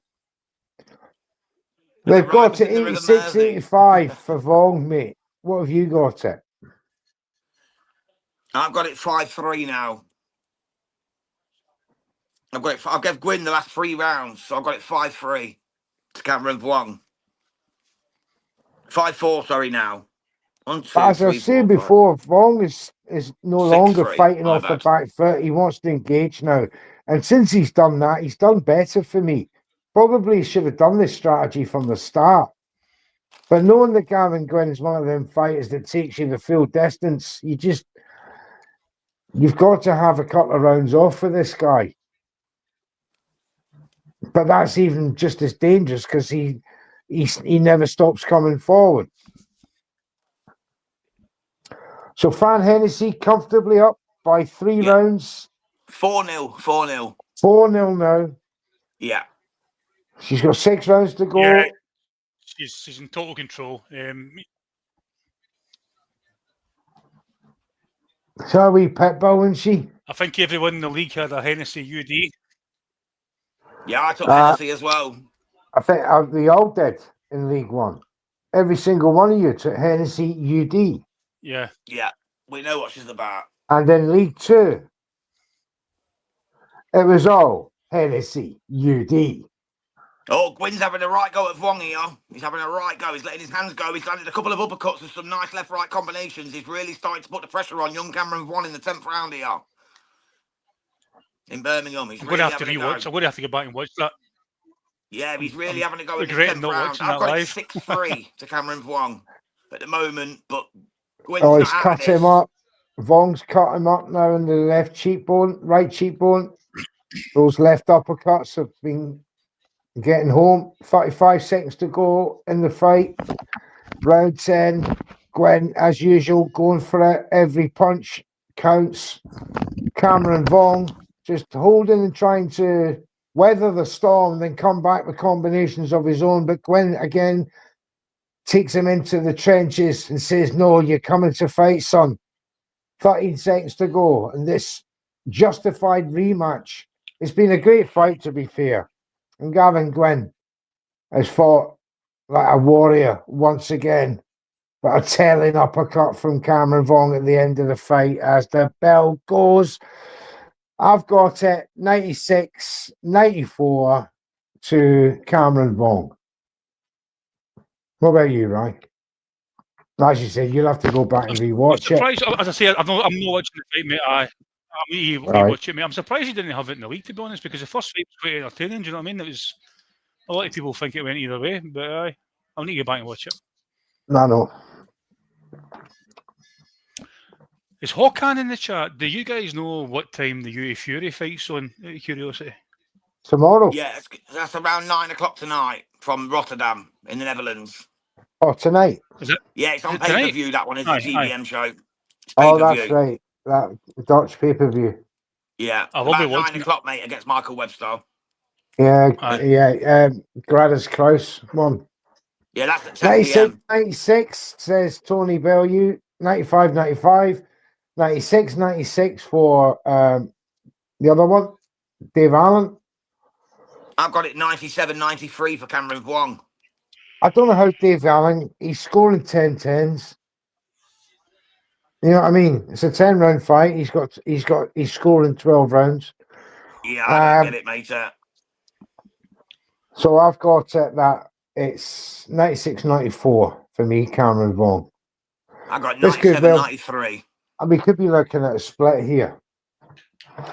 Or a draw. I think they'll give it Cameron. They gave him the first one when it was close. I'm pretty sure they're going to give him this one.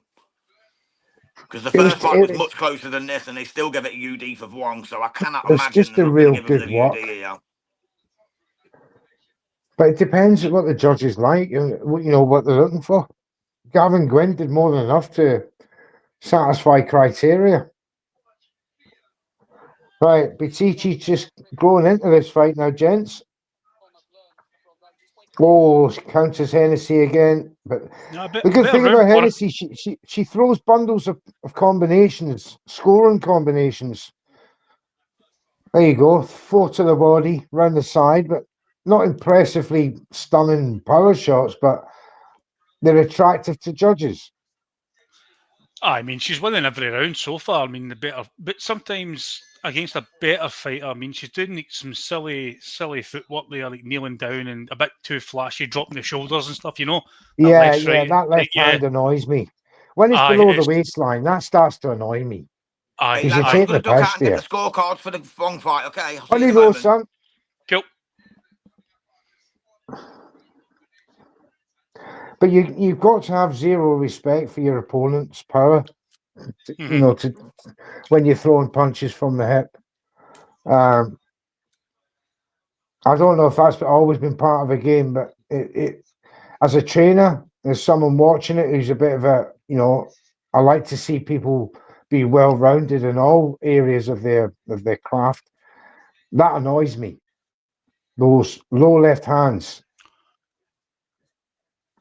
Oh, I would scream at the sidelines, my Yes. nephew, when he was fighting, get that fucking hand. Telephone. I would say, get that hand up. You know what I mean? Aye, definitely. It's something's going to happen. But a good round again. You can have it low for certain amounts of the fight, like seconds, but see having that low for like 15, 20 seconds at a time, you're going to get countered and you're going to get caught. You're going to get caught, especially if you're throwing from the hip in that manner. Because the right, when she's throwing the right, that left hand dead low, she hasn't got a right coming up in time to protect the other side. Exactly. Yep. So that for me is a problem. As her face she is taking shots. Yeah. Starting to puff up a wee bit there. Just needs to keep it tidy. I like her. It's a bit of a step up. She's doing well, but there is things obviously I can't tell her, like little stupid things. But there you go. Yeah. The Bradley's having a word with her now.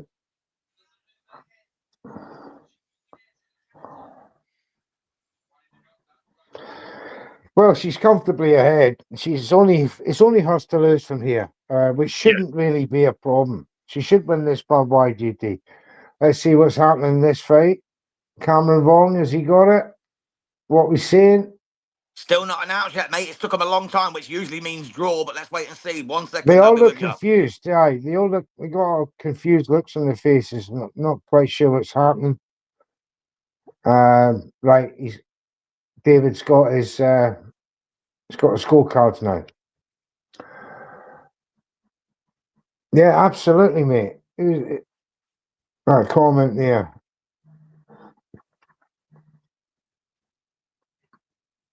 The trainer should be telling her to get that left back. Yeah, too low.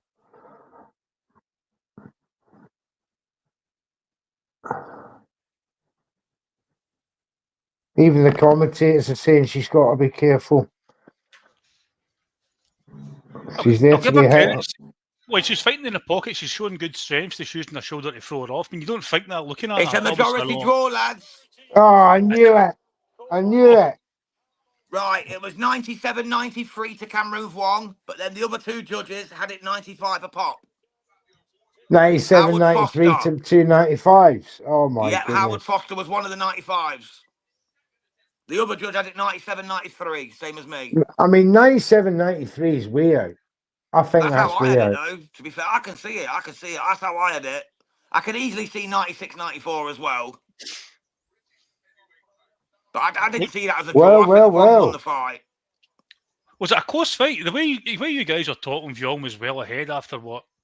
I had him well ahead. Right? I had him well ahead. Honestly, I think he's been harshly dealt there. I think they've made up for the first fight with this one. The first fight was more of a draw than this one was. I can guarantee you that when you watch it.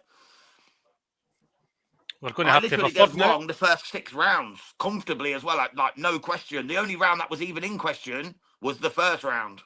Other than that, he won the next 5. So even then, he didn't lose every round since. So I don't get it, mate. I think it's complete bullshit. I think they've literally just made up for the first fight, to be honest. Right. I'm not sure I should watch it because about dodgy decisions in the last few months, it pissed me right off. I don't know if I should watch it or not. Yeah, that's it.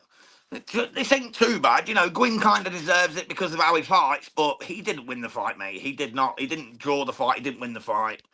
It's a little bit strange to me, that one. Well, they'll be going again in the new year, I think. Yeah, we're going to see the trilogy. These two will be sick of each other. Absolutely. How did Hennessy get on? Because I didn't see the 7th round at all because I was concentrating on the scores there. How did she get on? Well in control. 7-0 up then, yeah? I mean, I don't think I've... Yeah, I think I've given her every round. I missed one round when I was getting my laptop set up. Yeah, but every round's been Hennessy. Mikey Plays Poker's joined us.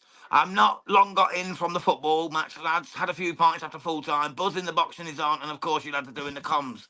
God bless you, mate. I really appreciate that, Mikey. Thank you for tuning in as always, mate. It's a shame we're missing Mr. 20, but hopefully he'll turn up at some point. He's probably got poker Mikey? tonight. Mikey, who do you support? Did your team do well?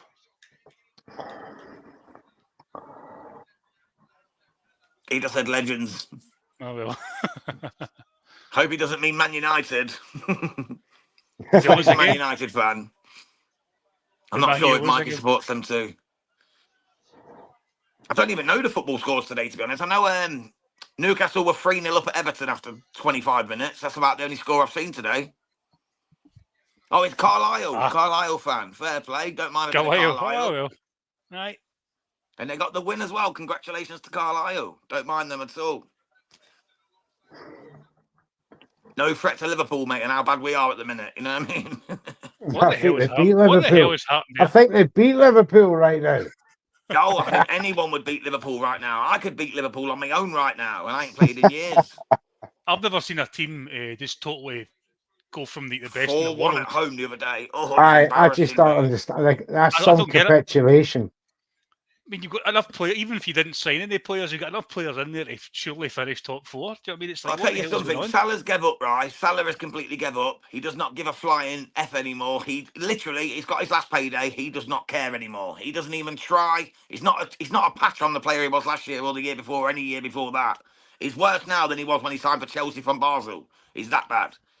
Van Dijk looks like he don't know what he's doing. Canate looked like he got his heart set on the Real Madrid move.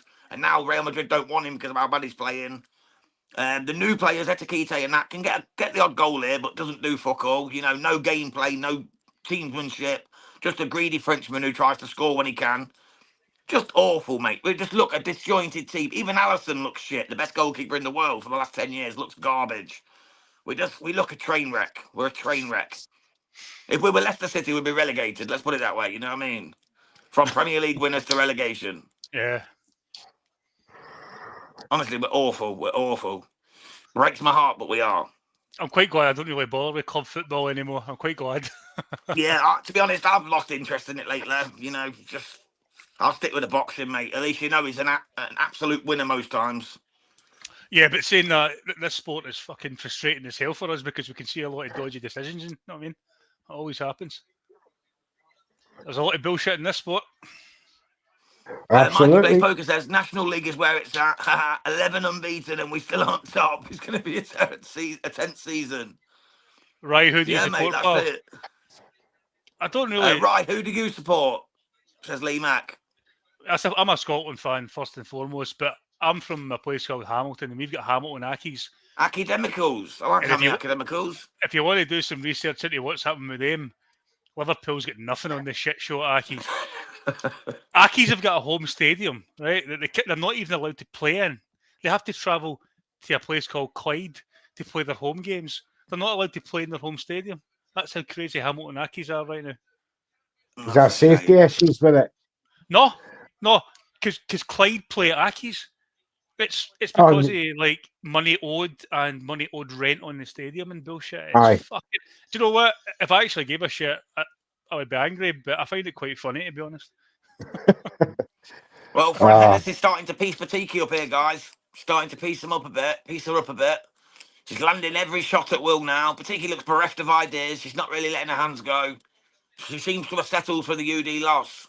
Yeah. I think Patiki's had an easy UD loss. Yeah, just took the payday. No, it's not like I don't see. She's not been punished for Fan Hennessy at all. I'm a Buddies fan, mate. I don't talk too much about the Buddies. There's not much to talk about.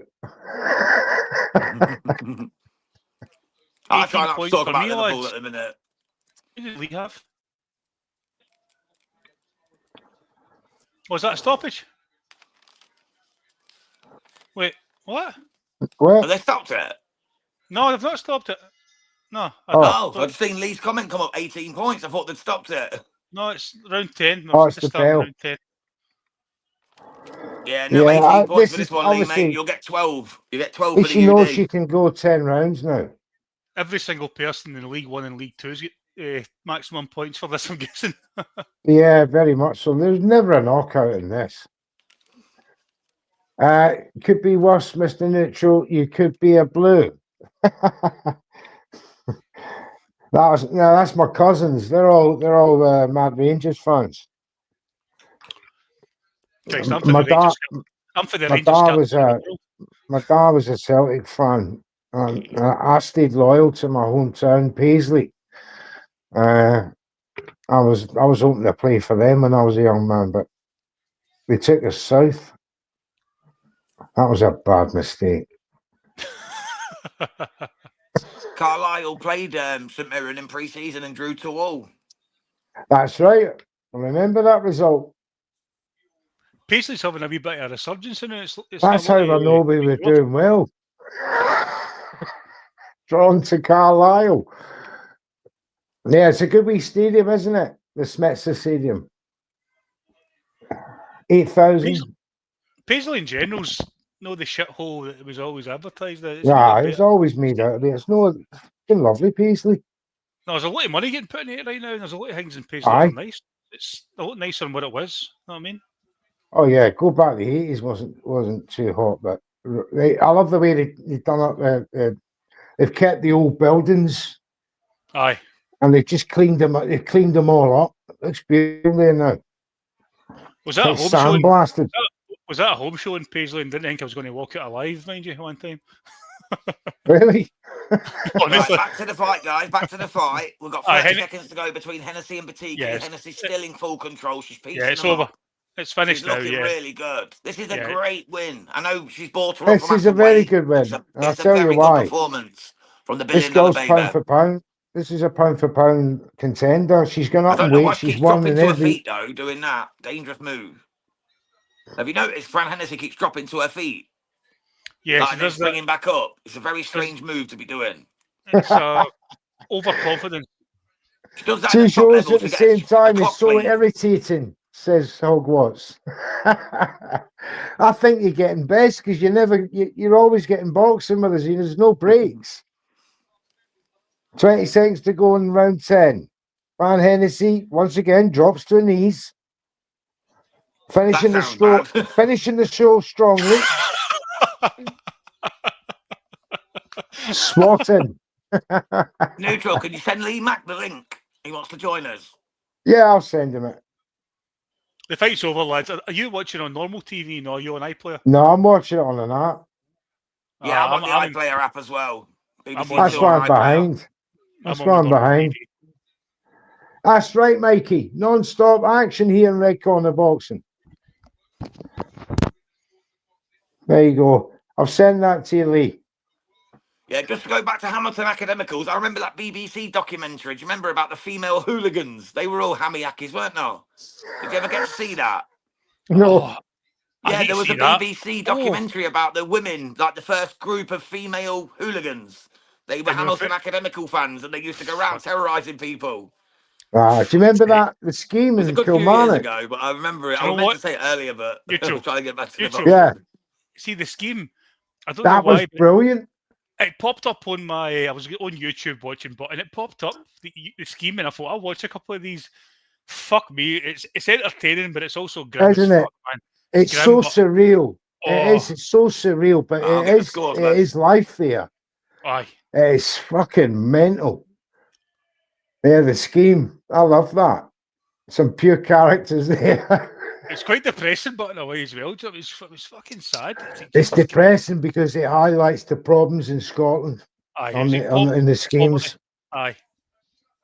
What was it? What do you call it? Marvin? The guy. Marvin. Oh, fuck, Marvin. Do you know what? He was a nice fella, but he was just drugs and all that. He's off his rocker. Right, Fran Hennessy wins 190 on all three scorecards. Shutouts. That's about right. Absolutely, as we knew, as we all seen it. Pure dead brilliance as Hogwarts. Absolutely made them. Absolutely. And there's only one more fight as well, Hogwarts, on this BBC card, and then we'll just be focusing on the Ben Whittaker card. So there'll be no crossover. It's just going to be the watch along then. We've got Aaron Bowen now on the DAZN card, who is fighting against. Let me just find his paperworkings. Aaron Bowen against Tom Cowling. This is for the vacant Midlands area title, middleweight title. Should be a good fight. We've got 7-0-0, 5 knockouts against a 14-1-0 with 4 knockouts. He's never been stopped. He's only lost to Troy Coleman on points as Tom Cowling. Aaron Bowen had that life and death with James Todd. A very exciting fighter from Coventry. The gingerhead fella likes to mix up, likes to really get stuck in.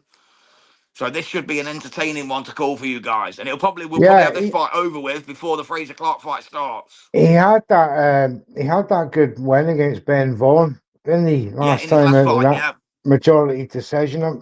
I remember that well from our watch along.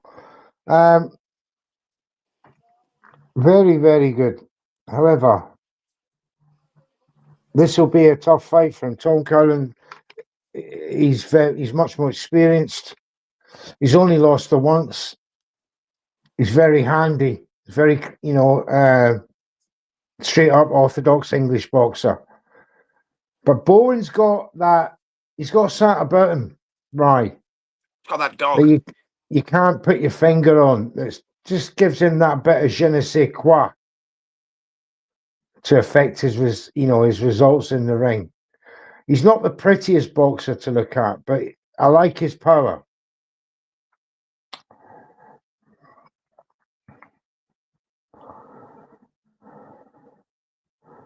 So Bradley Skeets and Ben Davison obviously very happy with Franny Hennessy with that 10-round shutout of Fabiana Batici. I wouldn't say it was a performance that's going to stand out. However, to shut out a 22 2-2 fighter like that is going to suffer well. And but I'm not saying power right in Fran Hennessy. Maybe she goes up the weight, she might find that. There's DAZN showing pictures of the crowd there. Looks like a sold out arena in Birmingham. Fran Hennessy's just called out Shannon Courtney for a British title fight next. It's the most logical shout out. She's had 7 fights now, all very convincing. Yeah, she's ready. I think they're pals as well, if I remember correctly. I think they've sparred and they're pals as well, so should be an easy fight to make. Yeah, it's all a bit nice. Let's go, Shannon Courtney. Yeah. Shannon Courtney. Well, let's be truthful. Bunsey forced it out of her. She didn't want to say. She just said, I want titles. And Bunsey made her say her name. So I want you, Shannon Courtney. I want you. We're going to fight, me and you. We're going to do it, mate. We're going to do it. And Ben Shalom. Monotone. Ben Shalom. Fight the fighters we want to fight, but we will fight the fight that we want to fight. Do you know what I mean? Wooden. He's a wooden guy. He's a spoon. Absolute spoon. But he's in the game and he makes fights. Yeah, that's it. At least he's not working for his daddy like old Matchroom's Eddie Hearn. I love that shout that he did there. He's 50 years old working for his old man. That's a shout, that. It is, mate. It made me chuckle. If I said that to my dad, he'd laugh my head. He'd laugh his head. Well, he's away now, but Ben Shalom is a what? He's a cabbage eye. All right. Mike is, I'm glad you said that. You get me in trouble. He's inside. He's in the Scotsman, mate. Everything's got an eye. I've got to try and get accredited with Ben. You lot, don't get me in trouble. Oh shit! Yeah. We applied for accreditation for the boxer shows. Yeah, but we love Ben. Ben Shalom's a legend. We love you, legend Ben. Of the game. We love boxer. We're so glad you're back on the BBC, giving the fans what they want. I hate it when boxers do that, punch themselves in the face before a fight. Why do they do that, right? You're on mute, mate.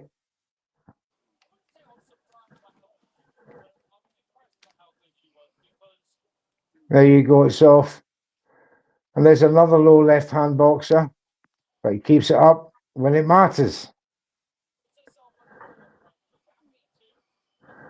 Retroholic. Has anyone watched the match on Netflix?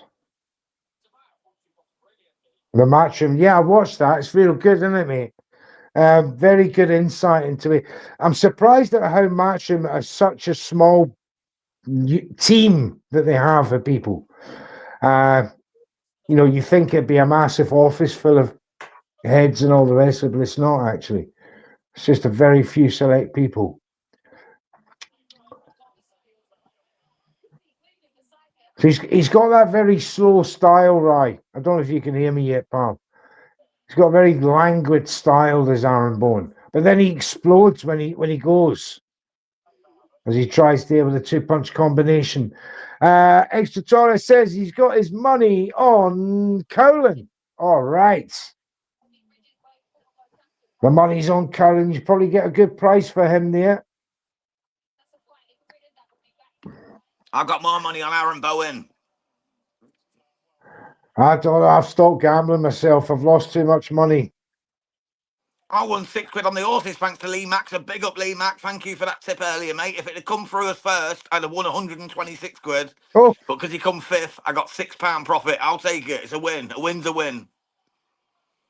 But we don't condone gambling here on Red Corner Boxing. Do it at your own risk.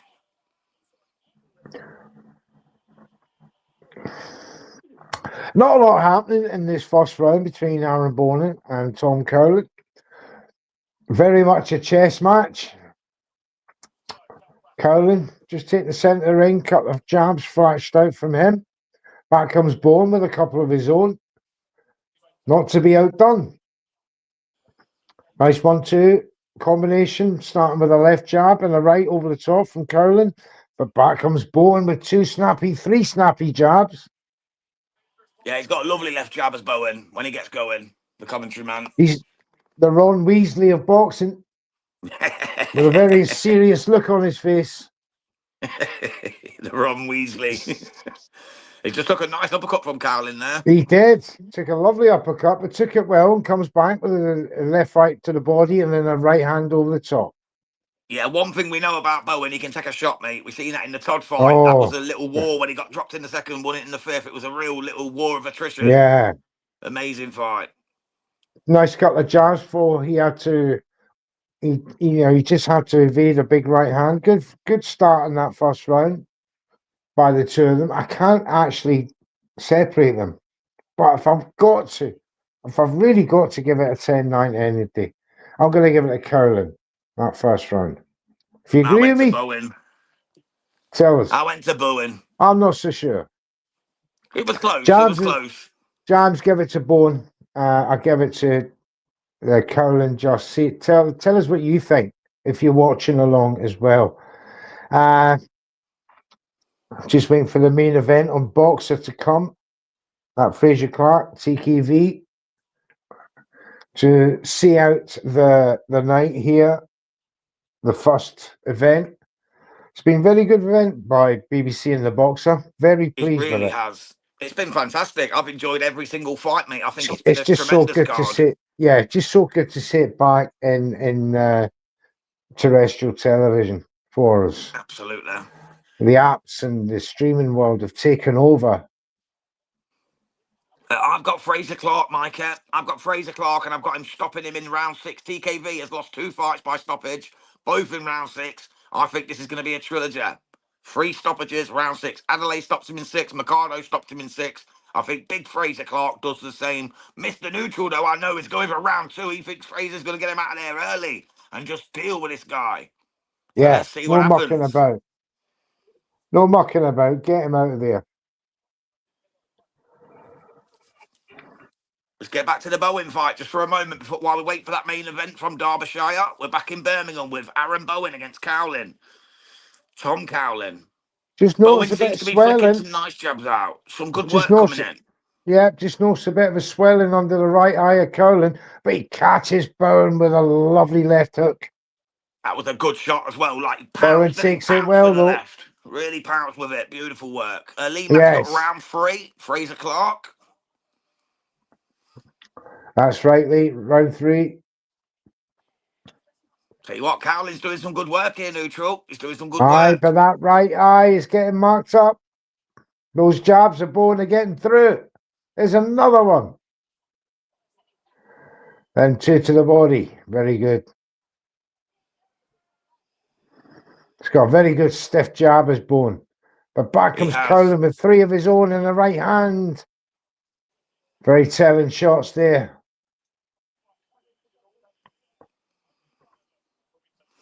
It's intriguing, mate. This is a very intriguing fight. Lee Max just said Ron Weasley. Oh, another Ron good left hook Weasley. from Cowlin on the counter. Good work from Cowlin this round. But that jab still getting through.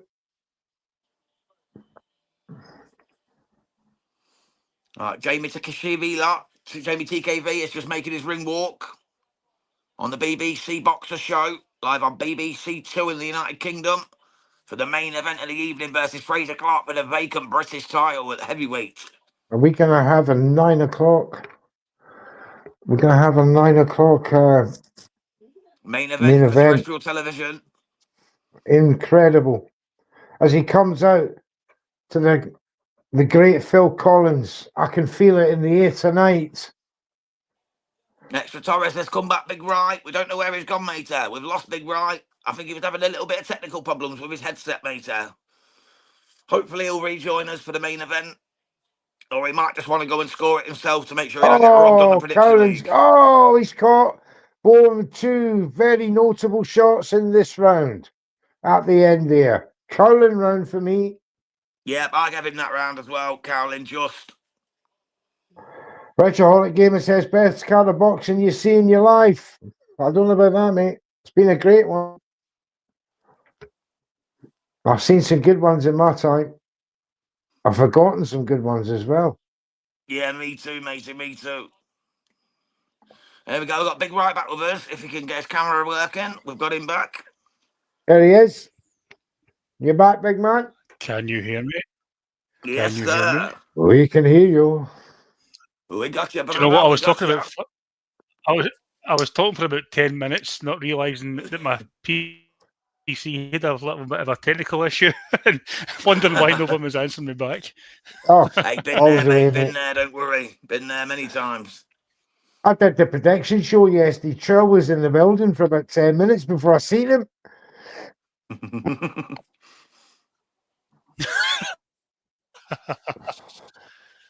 Right, so who do you guys have for this one then? I'm obviously watching the I've got Cowlin. big boys. I've got Cowlin 2-0 up. I've got it 1-1. I've got it 1-1 between Cowlin and Bowen. I get Bowen the first, Cowlin the second. Neutrals get both to Cowlin so far. I'm talking Been about a good fight. I've got the Clarke fight on. I've got the Clarke Oh, fight. yeah. That's a knockout round 2 for me, mate. I'm focused on the heavyweights, guys. Obviously, you know me. Yeah, I've got Heavyweights is Frazer my Clarke thing. round I've 6. got Aye. Clarke to win round 6, actually. Yeah, same as me. Yeah, TKV's Clarke been round stopped 6. twice, both in round 6. So I'm going for Let's a have a hat-trick. look at League One. Frazer Clarke obviously was a heavy favourite from all the predictors in this week. Nobody has gone for TKV in both leagues again. I've got 2 to 1. Sorry, rounds 1 2 to to 6. 1. 20 quid on.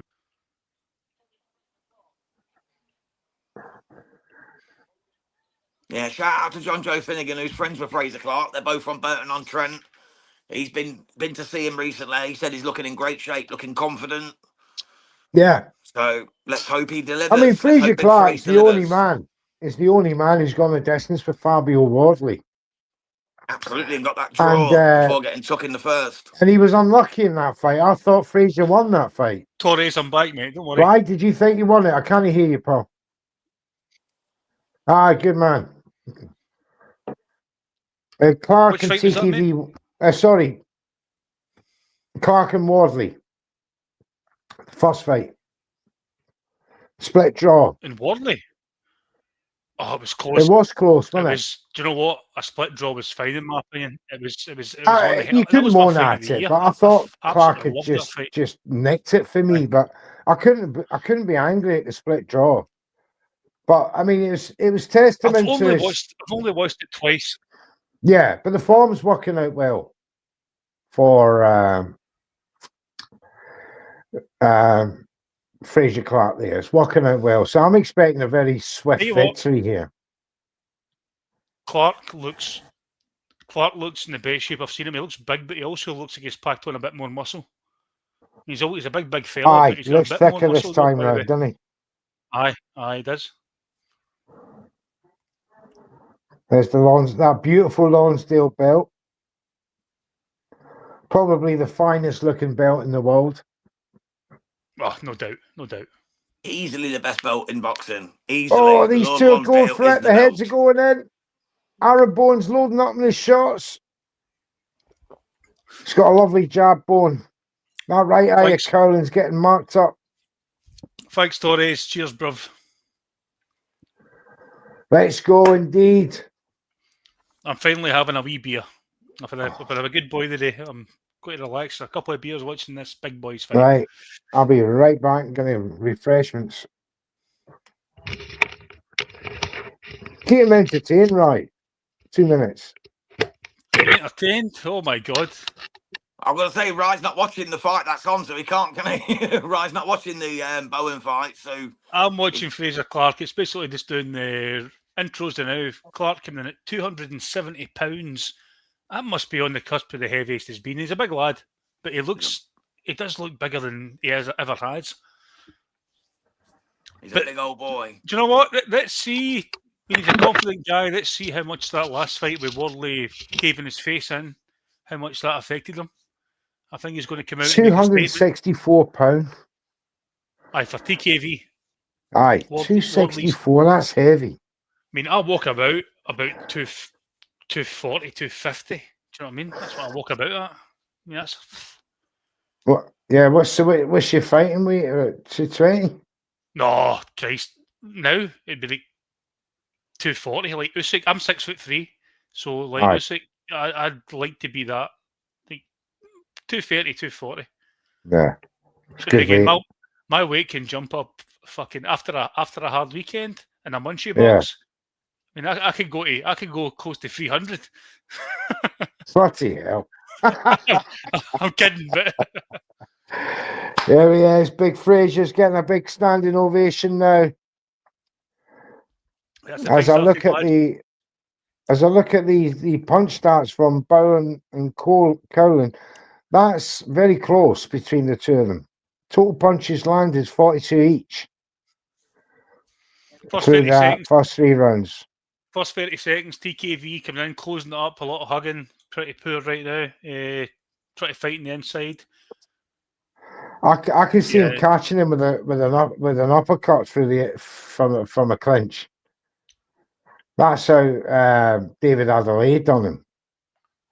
I mean, Clarke just literally caught him with an uppercut as soon as you said that. And again, body shot. Fighting very close inside. TKV already looking under pressure.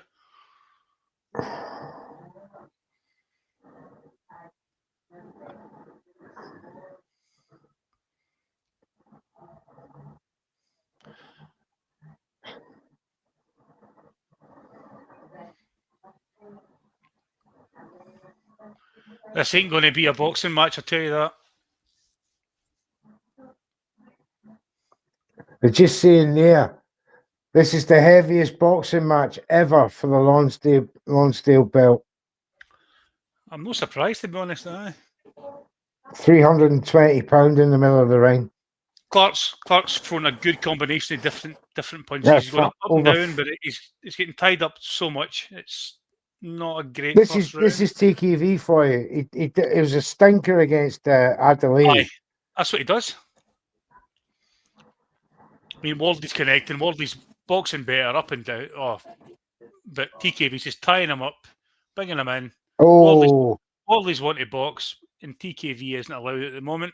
To see the power in them shots, them body shots from Clarke. Where are you on the clock, Neutral? 150. Right, I'm well ahead. Don't worry about it. Don't worry about it. Sorry, mate.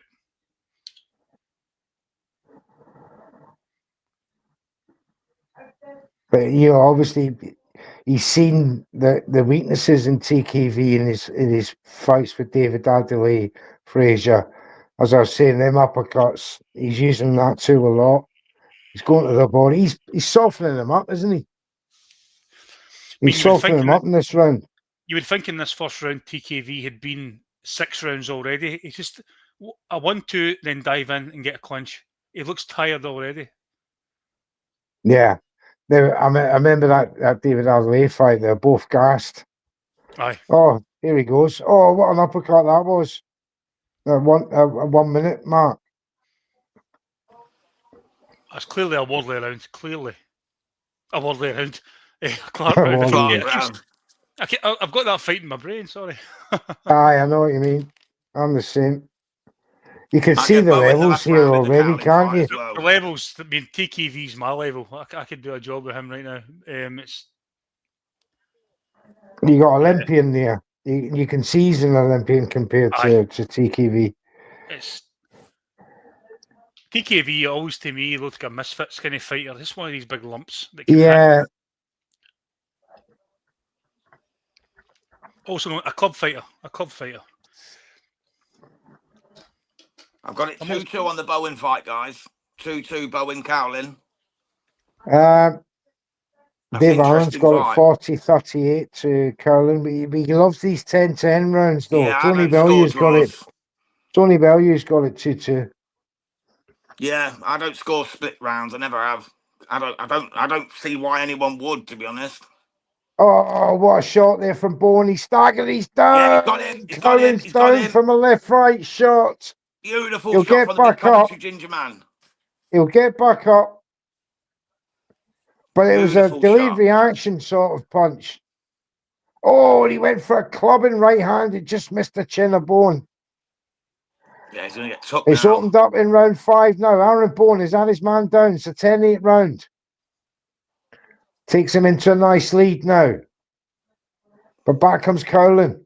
Not happy with being put down. Since. End of round 1. Frazer Clarke. Clarke, easy round for him there. Mr. Neutral needs him to knock him out in round 2. Oh, these two are going for it. And again, he gets... from Bowen. Oh, he's done it. He's ready. How accurate can he be to finish off the very brave Tom Cowlin? Eddie Hunt watching on in a bit of anxiety there as his man is taking a bit of a battering here in round 5 on Aaron Bowen. Good work from Bowen. Going to the body, coming back upstairs. Round 2's just started here. Red Corner Boxing's got 2 fights on at once. Over to Jams for TKV and Clarke. Yeah, TKV's trying, but Clarke is dominating the fight, mate. He's just bullying him. He looks like a misfits fighter, as I said earlier. Frazer Clarke is an Olympian boxer, mate. Anyone who thought TKV was a real threat in this fight obviously needs to watch a little bit more boxing, to be quite honest. This should be an absolute beatdown for Frazer Clarke. The only thing Jeamie TKV's got is that lucky one-punch shot, in my opinion. And I don't think Frazer Clarke's stupid enough to allow him to get that. Yeah, whenever TKV tries to tie him up, Frazer Clarke still getting him in the inside uppercuts. He's still catching him. TKV licking looks him tired. to the body. He looks tired after even 1 round. He doesn't want to be there, but it looks of it. Hughie Fury won. Hughie Fury got the win out in Rotterdam. He beat Michael Webster. Round 5? Yes! Knockout round 5. Top points. Was it round 5? I thought that's what you said, round 5. No, the end of that was round 5. The end of that Bowen fight. I had the UD I did for Hughie. No, I didn't. I had TKO round 7. Joe, what round was it, brother? What round was it? If you could let us know what round Hughie won in, matey, please. I wanted to watch that. For some reason, I thought it was on later tonight. It's on pay-per-view, mate. Pay-per-view from Rotterdam. Don't worry, I wasn't paying for it. I would have watched it. Yeah, it was $17.99. Oh, good fight. This is a good fight, Bowen and Cowlin now. Round 1? Really, Joe? I'll need to keep an eye on that. Injury. Anyone had that? Oh, injury, right. But the guy shot himself, basically.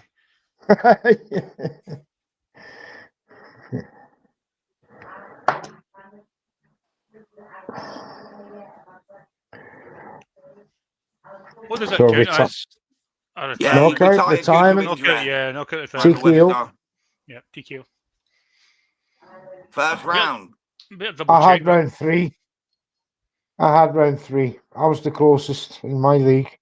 See if Fury gets a couple of decent wins in the first half of 2026. He's going to be up there getting a shot, by the way. I'm telling you. He is. Aye. I was looking at it. I'm a couple of good wins first half of next year, and he'll be Yeah. in there or thereabouts. They'd be throwing his name in the hat, no I doubt. can guarantee you he looks at people like Wardley thinking I can beat him. He's a white collar boxer. I can give him a good fight. Yeah. Become champion.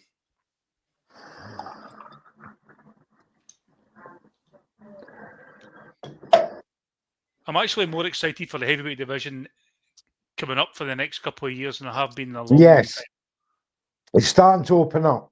time. Aye. We've seen it stagnant for too many last couple of years for me. Have you seen the nonsense with Chavez and Torres Jr.? Like, Oh. he's supposed to be fighting Sanchez. Yeah, he already Sanchez. turned it down once. He turned it he down turned it before down his fight, before but his now he's last back fight. for it. But since he's won his last fight, the IBF have come back to him and said, "Look, you know, you want want it it or still not." because no one else took it because Daniel Dubois I think pulled he out. will It was meant this to be time. Jared Anderson, but he's training with Jake Paul ready for Anthony Joshua. Mm. So he couldn't take the fight either. No, I don't think Anderson's ranked at the IBF. That's apparently who was offered it. Apparently. All right, I'll have Because to remember, check they've been those through 8 rankings. different people. There's been 8 different boxers offered it so far. Aye, They're They got literally enough running people. out of people. They got enough people in their ranks. Yeah. It's availability. That's the thing. And it's who wants to face Usyk next because they'll be mandatory. It's who Usyk IBF wants to won't get a mandatory with Usyk for a long time. No, I They know, had but them. there They will be had their mandatory, but they won't They had force their it. mandatory with Dubois. So they And he got to was wait meant to for the take it W. again, but he pulled out on purse bid day. What it means is it is for the mandatory, but the mandatory will be you'll be waiting on that 4 interim years. for for Could at be least 4 years, up to 4 years. or 4 rotations. Yeah, which is about 4 years for Usyk. Exactly. So you could be holding on to that contendership for a long time. Yeah, and stop you fighting anyone else because Oh, you're look waiting on that at big shot. Dillian White, WBA interim champion, 11 waiting years, for weren't it? 2.5 years in his last stint, Yeah, waiting on a shot. 11 to years say, altogether guys, in his career. watching this Clarke fight the third round, Clarke is not fighting to his strengths right now. It's getting sloppy and pretty poor to watch He's right put now. a lot of effort into that first 2 rounds. Aye, it's pretty poor right now. I'm pretty disgusted actually that he hasn't put him out there. 2, 3, 4, 6, 10 is the shout in League 2. League 1, it's UD knockout 5, knockout 8, 2 knockout 6s, 2 knockout 7s, and a UD. So very split across the board there. Yeah, and back I've to the got Bowen money. fight just for a minute, guys. Bowen just took the I've got 6th money round on- for me after the 10-8 in the last one before. So Bowen's in control, but I tell you, Cowling's not out of this fight. He's came back and he's still giving it a right good go. Like I said, guys. Yeah.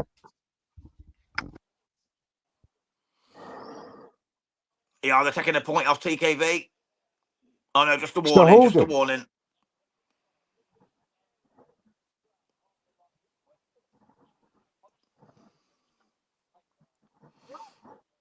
But this Midlands area title fight is a real good little mix-up. Cowling is tough as they come, neutral. He just keeps coming. Bowen's hitting with everything but the kitchen sink. And he is still coming back. Even after being floored, he's back on it. Mikey, please, poker. This TKV fella turns up looking like he's had a KFC all week and trying to make it a hug fest. Get him sparked, Fraser, lad. He took a point off TKV. I should have had pure points taken off him in the Adelaide fight as well. Awful. Yeah. I never want to see it. I said dead. I never want to see another TKV fight again, but because it was Fraser fighting him, I thought, he'll get him out of there. Let's do it. Yeah, I've got round 6. The same round has been stopped by Mercado and by his last opponent, David Adelaide. So I've gone for 6 again. Joshua Heath says, can't wait for Roach Pitbull next week. Absolutely, mate. That's going to be fire. $90 in the US, though. 90 doll hairs, mate. That is, in the US. That's when the another finest big point. boys are going to be coming out of force. Force majeure. He's doctoring a point for a low blow off TKV. That's 2 points alone off in this round. Come on, Clarke. Fucking back off and actually box him. I've got money on this fight for him to win the first. Great fight, Josh. For 6. Yeah, first 6, mate. And do you know what, Clarke? I mean, it's horrible to watch. It's not great. But Clarke should be. Do you know what? Leading Sorry, off that It's what jab. TKV does. It's what TKV does. I He think makes fights TKV, ugly. he knows he has to take him into later rounds and just hold and hope for a lucky. Fucking, it's not great to watch. It's really not. Clarke's Tell you not what, been though, the smart. Bowen Cowlin fight, right? You're missing an absolute little legendary war here. Oh, Cowlin's just landed a left and right bolo shot on Bowen. Bowen took it well, though, but this is a real fight you got going on here, guys. I think I've watched the wrong card tonight. I've missed that. I think you have. No, the card's been good, though. To be fair to you, right, the card has been. You made the right choice card-wise, but this fight is definitely outweighing this fight by far. But you're like your heavyweights, don't you? Yeah, I don't miss the heavyweight fights now. But I tell you what, this Bowen Cowlin fight is a proper war of attrition, mate. They are going hell for leather. Both men landing big boy shots. TKV just landed twice there and caught with an uppercut. Clarke looked a little bit wobbled for a second. TKV's making it rough. Oh, he's coming back. Lovely uppercut. Lovely uppercut there, but the right uppercut, screwdriver uppercut from Clarke. Oh, That's a sneaky one, wasn't it? It's set him back in his place. I'm ahead of you guys. Clarke get rocked a bit there, but it's now back to Clarke under control again. Oh, I've just given Cowlin that round, guys, just to let you know. Round 7, Cowlin after That's an absolute war. 10-9. That's a war in the that right hand. How did Bowen stay up neutral? That overhand. and right he smiled from at it. He smiled at it as well. Honestly, he's a tough lad, is Bowen. He's a tough lad. He swallowed that hole a couple of times. Boom. Almost knocked the ginger out of him. Honestly, what a fight. I'm watching a classic and I'm watching a bore fest at the same time. It's hard to comprehend that this is the main card. This is the main fight. This ain't even main event, and this is absolute fire. TKV's coming forward now. Throwing bombs. he had some good. Clarke ducks under, switches him round, but gets caught with 2 uppercuts and a left cross from TKV. He's fighting on the ropes now. Clarke is trying to hold him and batter him with one hand. TKV sticks his tongue out. Uppercut, body shot from Clarke. Oh. TKV's holding on. That type of kidology, though, normally means he's hurt. Round over, TKV had some good work in that round. He caught some nice clean shots. But then I've barely been scoring that one. What have I got so far? I've got 2. Was it 10-8? Was the 2 points off Rye for TKV in one round? 10-7 last round. Oh, Owen got caught. He got a point taken off for holding and a point taken off for a low blow. 10-8. 10. Well, then if he won the round, Oh, right. 10-7. Aye, it's 10-7, isn't it? Of course. If he won it, yeah. I only seen the 1 point get off, but I was more paying attention to the Bowen fight. I think Stephen Fulton knocks out Foster, myself, mate. I don't know. I don't think he's big enough myself. No, I think that Oshaki Foster's overrated to fuck. I like Shock, I do, man. I think Fulton's going to stop him. I've got Fulton in that myself. Fulton's the better boxer, there's no doubt about that. But it's whether he's big enough. Fucking TKV leading with the elbows, by the way. I'd be. He's horrible. He's horrible to watch, right? Do you know? I can't stand the guy. I really can't. It's horrible to watch. I mean, I swore to myself I'd never watch another TKV fight, but here I am. I know. It's Jam's fault here at Red Corner Boxing making me watch these things. But the fact that he's an headliner is pretty insulting, really. I know No it's for a worse than vacant Ryan British Garcia getting title. another title You know, he had a shot and he didn't do it, and he's been given another one off the back of it. And you know, really, come To on. be fair, I'm not impressed with Clarke in this either. Clarke isn't fighting to the best of his abilities at all. But this is what TKV does. He pulls you into these sloppy fights. David Adelaide, he was a far better boxer than TKV, but he made him look as bad as him in that first fight.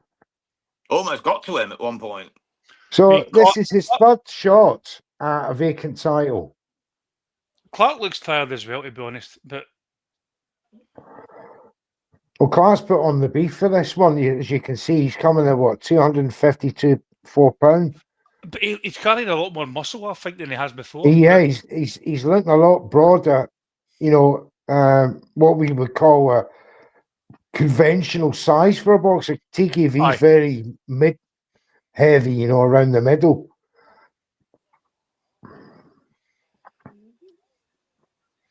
I mean, TKV cannot even throw out a decent jab. You guys, it's fucking annoying to watch. Technical stoppage round 1 for Hughie Fury. Was it? Oh, yeah, it was the end of round 1. So actually, it's classed as round 2 because it was the start of round 2. They called it off. I don't think anyone had that. I had a knockout for Fury. I think everyone had a knockout for Fury. No, some people took UD. I think Darren took UD. Good. I'm chasing Darren for second place. That's the same. So me and you got the stoppage mix. I had 7. So me and you got the points. We got the 15. Yeah, I had 5. Yeah, 5, mate. Yep. None of us got the round though, unfortunately. But I was the closest 5, right? about in all 2 leagues. I was the closest for knockout 3. But still, all 15 points for me, you and Ryan. That's always good. Right, I tell you what, they've got it Cowling 79-75 on Dave Allen's scorecard. I think that's crazy, especially with a 10-7. Sorry, the 10-8. I don't understand Dave Allen's scoring here at all. Focus 1001 says, why isn't Frazer using his long jab? He hasn't got the let's see, he's carrying too much weight, mate, for that. Was he, what did he weigh? 270 was it or something? Was he 270? 274. Yeah. 274, big boy, man. Yeah. With Frazer. Yeah, he came in really big apparently. Bloody hell, that's a 530 pound fight. No wonder they said it's the heaviest British fight ever. Yeah. The heaviest. Real tubbers, man. Real tubs. 274 and 264. That's 538. That's crazy talk, isn't it? That's half a ton. In that range. That's an elephant. That's an elephant. Oh my God, Cowling just landed a massive shot on Bowen. The chin of Bowen's ridiculous, by the way. The chin of Cowling too, mate. And again, Cowling, honestly, TKV is making this a hug fest. And as soon as he rushes in, he ties him up. Frazer, step back, 1 step back, uppercut, right hook. It's over, mate. Just take a step back. Here. I need to win some money here. Come on. This is what I need. I just take it, as you said, Ducho, a step back and just box him. I've kept Clarke every round, though, guys. Have you? I've kept Clarke every round. TKV ain't done fuck all. You know what I mean? Clarke's won every round, but Clarke's problem is he's absolutely he's no bounce in his footwork. Whenever TKV jumps in with that to lunge in, Clarke just needs to be on his toes, step back, bang, right hand. He just doesn't do it. Obviously, he's carrying a lot of weight. It's hard to do that, but it's simple fundamentals. But he'd rather, do you know what? At this point, I think he's do you know what? I'm going to eke out a fucking points victory here. Aye. Mikey Please Poker says, if TKV was a football team, he would be Stoke City. Minging to watch, long balls, and boot it around or over. Oh, he's talking Tony Pulis Stoke City there, isn't he? He's talking Tony Pulis Stoke City. Tony Pulis style. Glenn Whelan as their captain and whatnot, and so on and so forth, and what have you. Danny Higginbottom what a left shot. Cowling, but he takes 4 or 5 shots in. Oh my God, what a fight this is! In round 9. Aaron Bowen and Tom Cowling, British classic, going for that title. Who wants it more?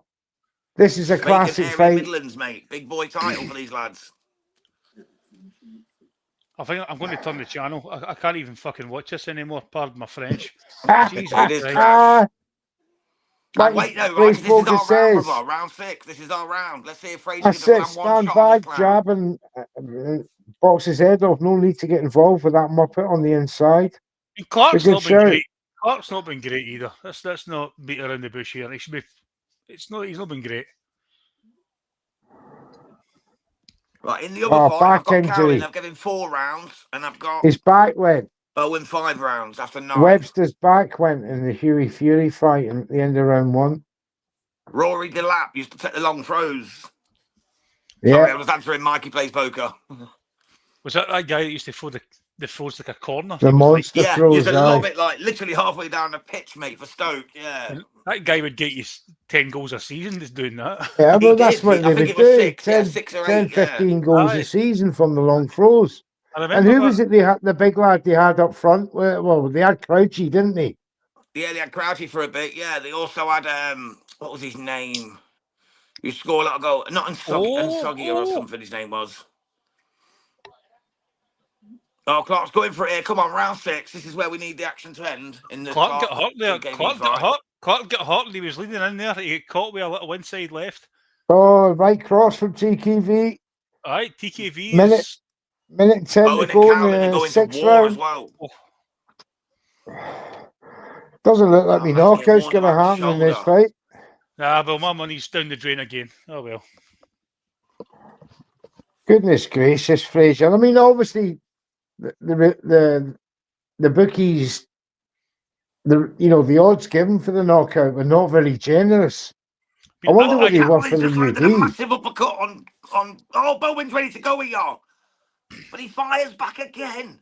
This This Bowen is an fight. absolute war, lads. This Bowen fight sounds like the best fight ever. I need to watch Honestly, mate, it is fantastic. Oh, mate, it's an absolute slugfest. We got a slugfest on DAZN, and we got a hugfest on BBC One. They're both landing absolute haymakers, but none of them's going down again. By Only rights, Carolyn's both been of them down should so be far. down. By rights, both of them should be down. Absolutely. They're Such taking is the some slaps, brutality some of the tickles. punching now. Oh, Tom Cullen, he's Tough as they coming come, on mate. really strong, considering the damage he took in the early rounds. But back comes Bowen again. Remember, I was saying there's something about Bowen he's got. Just sees him through fights. Just to butt in, guys. TKV is actually starting to throw a bit. I've Oh, noticed in the last don't 2 say rounds. that. When I Don't say say throw a that. bit, when I say throw a bit, what I mean is he's throwing and actually doing something for the last 2 rounds. He's throwing his weight around. He's going for it. He's doing a bit better now. It looks like he's going the distance now. As I was saying, I can't see the knockout from either guy right now. I think they're too big. TKV's plan was to take him into deep waters and see how it goes the latter half of the fight. Who knows? Kilowemo, yes. Chris Malumo. Yeah. He ended up with cancer, That's right. He had testicle cancer. St Mirren player, that's right. I remember that name. I remember that. Yeah, big black Scottish geezer. He got testicle cancer, didn't he? Bless him. Mm-hmm. TKV just landed another left. He's landing lefts for fun. Oh, yeah, I've just seen that. He's actually throwing and connecting now. See the way Clarke is just moving him forward in his body. And TKV's just unleashing body shots on him. He's catching him by the Bowen Carlin fight. I tell Take you, that is a step back, classic. Fraser. It's not. Oh my goodness! See if that right hand connected. Something's happened here. Waiting out. Absolute well, that fight's over. What a fight there between Tom Cowlin, who I think was knocked down, wasn't he, in this fight with Aaron Bourne in the second round? No, he got knocked down in the fifth round. In the fifth. Oh, was it the fifth? TKV's right. going for it. Yeah. TKV's going for it. He's got no choice. He's behind on the cards. Well, he's at least 6 rounds. He's at least 6 rounds down. The plan was to hug him, later have to blow tire him out. Aye. Yeah, blow him out. The game plan. Aye, that was some fight between Cowlin and Bourne, though. Oh, it was excellent, mate. I'm going to get you the scorecards in just a sec, lads. I'm just waiting for them to come in. I'll duck out again, and I'll be back with you very shortly. Mikey plays both. Shockingly, Clarke looks a bit spent here as well. I know Yep, he does. He does look tired. It looks like maybe He's put a TKV lot into this. £274 is starting to weigh him down. TKV getting his last warning again. TKV's actually starting to box a little bit, doing something the last 2 rounds. Not a lot. Yeah. No, it's only because, like, you know, as you quite rightly said about his timing, he's getting timed now by Clarke, by TKV. That's better. TKV's left hook is landing for fun at times. Inside left, he throws it after the right hand, doesn't he? The big overhand right. He just got him 4 times with the same overhand left. It's the left he's catching him as well. I mean, that was a TKV round. It's the first round I've gave him. The quicker shots are coming from TKV now. Aye. It's just the bigger shots are coming from Frazer. But they're few and far between in this round. TKV's sort of stolen it. TKV won that round without a shadow, without he caught him for fun there. Is that round over? Round 7? Yeah, I mean, TKV caught him. I'm 40 seconds behind you. How the hell can I be 40 seconds behind you? Yeah, but as Mikey says, Clarke's timing is terrible. It's awful. But TKV won that round. It's maybe the first round I've gave him. And he's clearly been woken up because the previous round, the last round and a half, he's been hugging. Maybe he's trying to tire Clarke out. And maybe this is him maybe having a little bit of a resurgence. He knows what he's doing. That's just the game plan. Take him into deep waters. Because Clarke at this point looks more tired than TKV.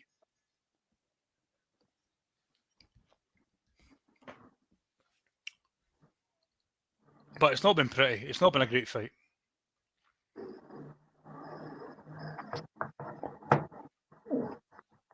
Yeah, that's a TKV round. Easily. Aye. He caught me and he's catching him for fun there at times. So a little inside left hook. Yeah. Caught him at least 6 times with that one punch. I think TKV needs to lose about £20. He could be all right. Right. So Aaron Bourne and Tom Curlin got on. Jams is about to get that result. Tom Curlin won. Yeah, Cowlin got it, mate.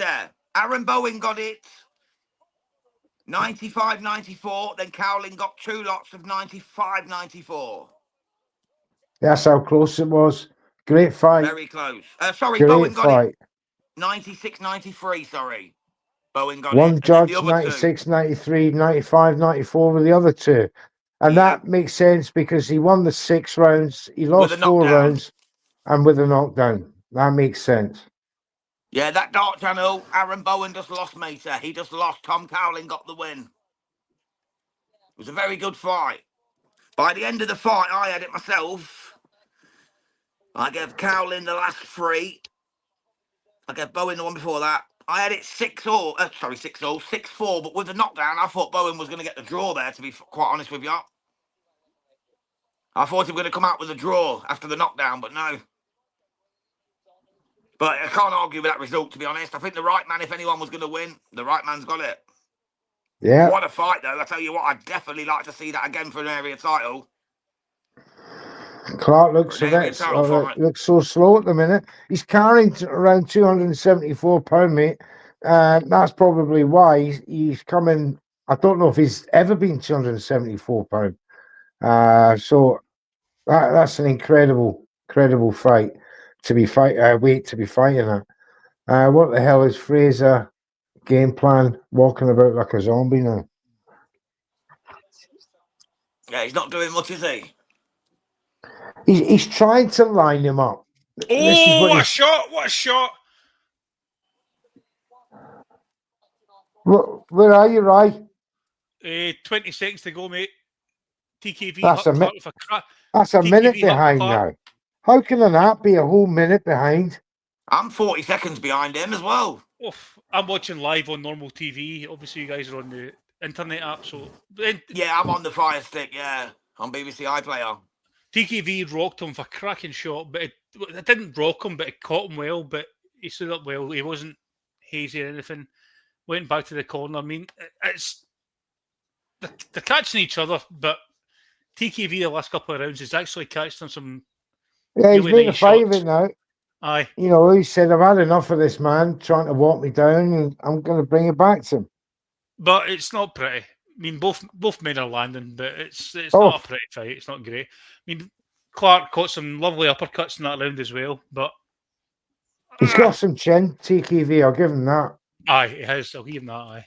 He's got a great chin. Oh, Did you give TKV the 7th, right? Yeah, I've given him one too. round. I've given him 1 round, mate. 1 round. Same, mate. Yeah, that's his first round, and he had them points off as well, which is going to make it difficult. I mean, if I'm in Clarke's corner, I'm saying, do you know what? Just ride it out. Yeah, I've jumped on terrestrial TV now, so I've got the 8th round starting now. Ninth Sorry, round. the 9th round. The 9th Ninth round round, mate. starting Aye, now. aye. Yep. I was a round out already. I'm miles behind. I need to go for a PP, back in a second. Okay, well.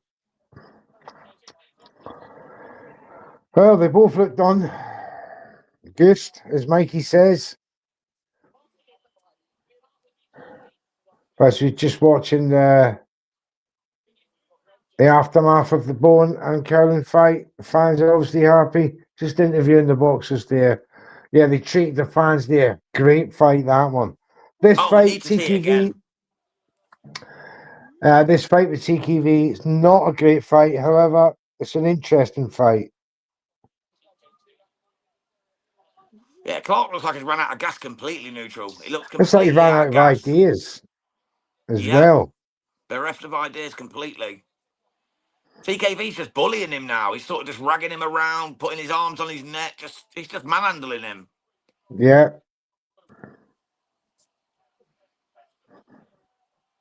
We've just got the Whittaker fight to come on the matchroom card now, haven't we? Have we? What happened to the Zinad and Bilic fight? That's on the Netherlands card. Oh, is it?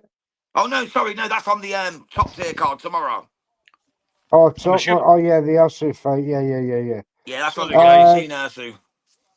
We'll be covering that tomorrow from 4 p.m. in the afternoon, Mr. Neutral, if you're up for it. 4 p.m. That's what time it starts, yeah, but that's the undercard. We'll only do the probably top 4 fights, so maybe 7 p.m. Yeah, why not? Might as well, brother, aren't we? You joining us for that, Ryan? I missed out, mate. Sorry, I'm just back. What was that, buddy? Tomorrow we got the top tier card. Johnny Clark's top tier. Konstantin Ursu is fighting. Malik Zinad. A few other good fights. That's going to be on tomorrow. What time at? It starts at 4, but I think we'll probably go live about 7 for the main 3 or 4 fights. Can't say for certain. Maybe, mate. Yeah, we'll send you the link if you can. Jump in. If not, don't worry, brother. No worries, boss. No worries. I'm assuming the next event on the matchroom card is Whittaker, yeah?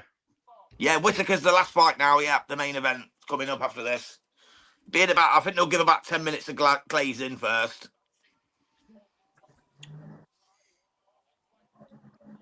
Oh, some balls. Yes. Oh, come on, guys. Make it into a fucking fight. Come on. Frustrating to watch. Frustrating to watch.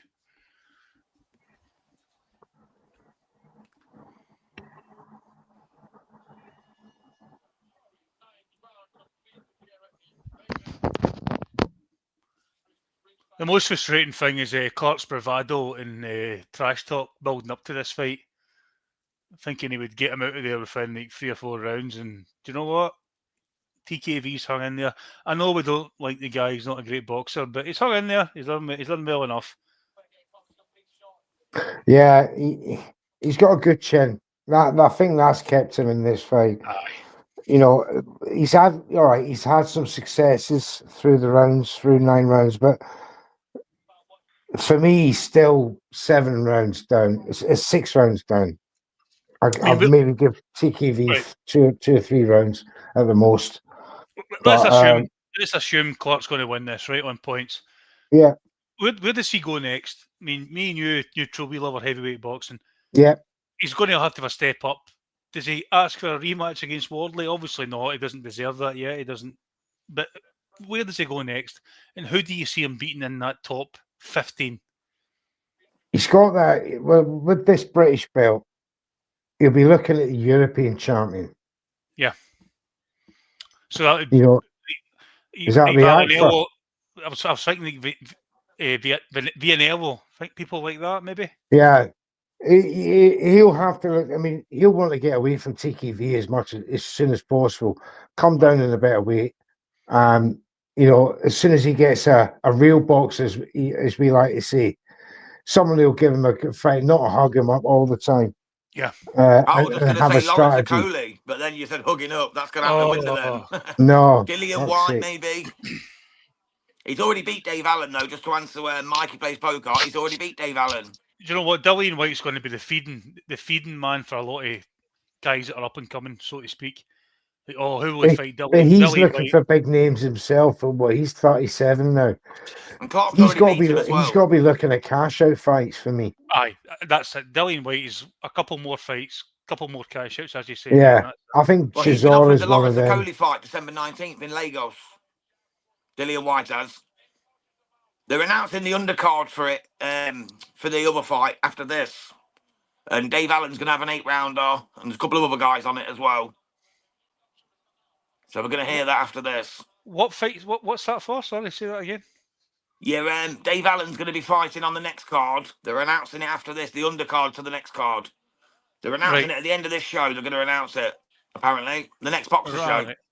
In January, is it not Leewood, oh, bloody hell, who is it? He's fighting in January. On boxer, the Callum Simpson undercard, is it? Against Troy Williamson. Right. They're announcing the undercard to that after this show. We'll get a timeout. We'll get a timeout and a warning here for Clarke. Clarke being a bit of a prick, which he was there. Is Clarke is holding now? Aye, Clarke's fucked. He's looks. I mean, they're both gassed. They're big men. It's hard at this point. It's hard work.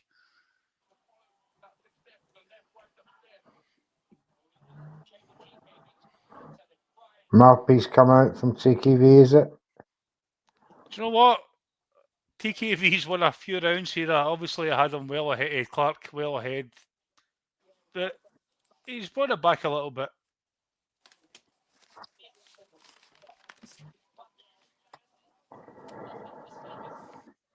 Since round 5, Clarke's been shattered.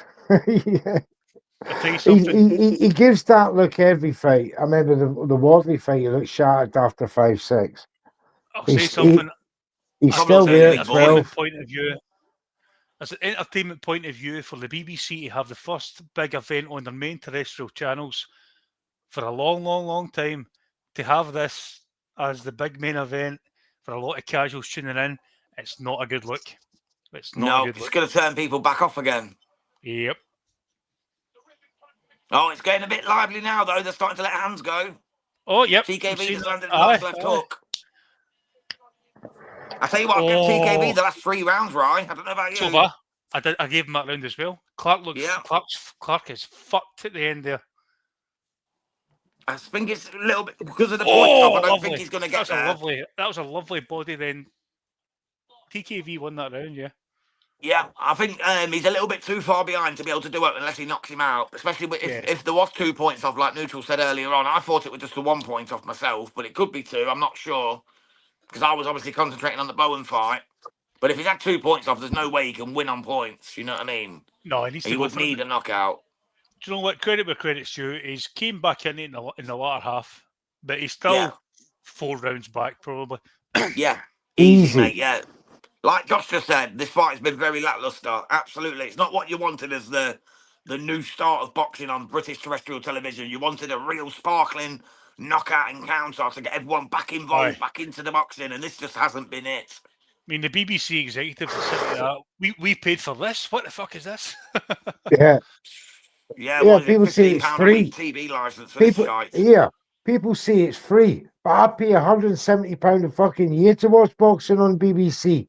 Exactly, mate. Same. I don't watch fuck all else, so yeah, same. I don't watch it for nothing else. Yeah, TKV's landing for Frazer's fucked. Frazer's ready to go, mate. Aye. Frazer could be ready to go. His hands are low, his heat's high, he's getting caught, aye. Nah, Wardley TKV can seeing knock him British out. title strapped around his waist Oh, here. what a shot! What a shot there with TKV. TKV, this straight away, this left, right hooks. That's all you need to throw now. At this point in the fight, go for broke. And he's catching them one in every four. He's catching them 1 in every 4, by the way. 1 in every 4. It really is. Big shots as well. You can see his moves moving when he bangs them. Clarke is just throwing an uppercut back every time, and always one of the hardest punches to land, and it's not landing. It did land earlier on in the fight, but he's slow and he's sluggish, and there's no power in him now. Yeah, he's just doing that little check right uppercut, and that's all he's doing, and then he's just hugging up. He's fucked. He really is gassed to the nines. When you're carrying nearly 300 Oh! pounds. Oh, I caught again. Oh, fucking TKV's catching him with that same punch every fucking time. It's amateurish. Exactly, Jams. It's amateurish. Really is. Except in amateurs, you would be told you'd be being streamed at your corner. Yeah, a lot of blood now. Points, not blood. You know what I mean? A lot of blood now over the back. Great chins. There must be a cut on Frazer Clarke because there's blood all down TKV's back. Clarke rocked. Oh, and again, Clarke rocked. Clarke's ready to go. Clarke's ready to go. Yeah, he's ready. Done. One more shot from TKV in this fight. Is everybody going to be wrong? TKV's going to stop Frazer Clarke. Oh, fuck. Oh, he's on his feet. He's out on his feet. Oh, and Clarke just does it. Oh, some dodgy tactics. Oh, that's awful. How did he survive that? Clarke is done. Clarke is done. His goose is cooked. Clarke is done. It's whether TKV's got any pop left in them punches. Because if he has, he's getting him. Clarke's ready to go to sleep. He's hanging on. How is this possible? Clarke's hands are a very basic boxer like TKV. Clarke's hands are low. The guy is so exhausted he can't even lift his hands. He doesn't even know where he is. He can't even lift his hands. At this point, it should be hands should be pulled out. Or at least given a standing 8 count. Oh, he's winning the fight. Yeah, but he's gone, mate. He's like Bambi on ice. He's booking around. He hasn't gone. He hasn't gone. He's just the way he looks. His legs are gone, man. He was buckarooing around. He is done. He looked like Bambi on ice, mate. He was skidding about. He was jolting. His legs were buckering. He's unconscious, mate, on his feet. Yep, he's out on his feet there. He's literally unconscious on his feet. I was surprised if his corner lets him come out for this round. Look at this still. Look at this still. He couldn't even lift. Gone. Oh, he couldn't even lift his hands up to his temple. He couldn't even do it. Honestly, this is incredible. He was gone. He was absolutely gone just then. Do you know what? For an absolutely shit fight, we've had 30 seconds of entertainment. Right, like another TKV round.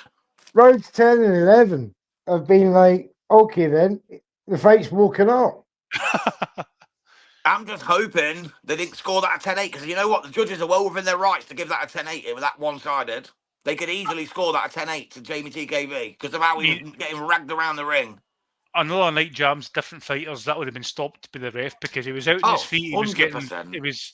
Oh, how did he survive that round? If you look at Joe Parker getting stopped by Wardley, Frazer Clarke was 10 times more hurt than Parker was. Exactly. Yeah, Clarke is... He's absolutely done. He is done.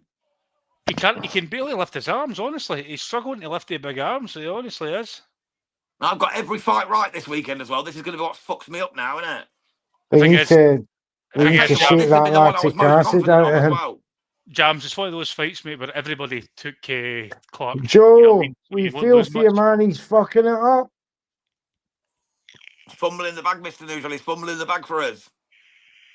Our perfect weekend of boxing predictions. If TKV at least gets a knockdown here, he might be in it points-wise. He might be in there. He might be in it. I just think it's too little too late. Yeah, exactly. He just has to survive this round for me. Here's Ben Whittaker coming in. The 2 points or the one as well, Neutral, early on. If they took the 2 points off TKV, he's fucked unless he gets a knockout. But if they only took the 1, he could still be in this. Here's Whittaker. Who's he coming out with? Usually has a little someone with him, doesn't he?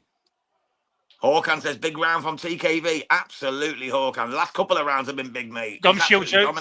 Gum shields out by Clarke. Spat it out. The guy is absolutely done. The referee's walking him like a dog, mate. He can barely move around. Oh, great combo. Anything Rocked for a him. rest. Right, who's Whittaker got with him this time then? He's got a rapper with him. He's got a soap rapper. Who is it? Oh, TKV again with the right hand. Clarke is holding on for dear life. He's just leaning in. He's. Oh, that left cross is getting him every time. I've said that rounds ago, every single time.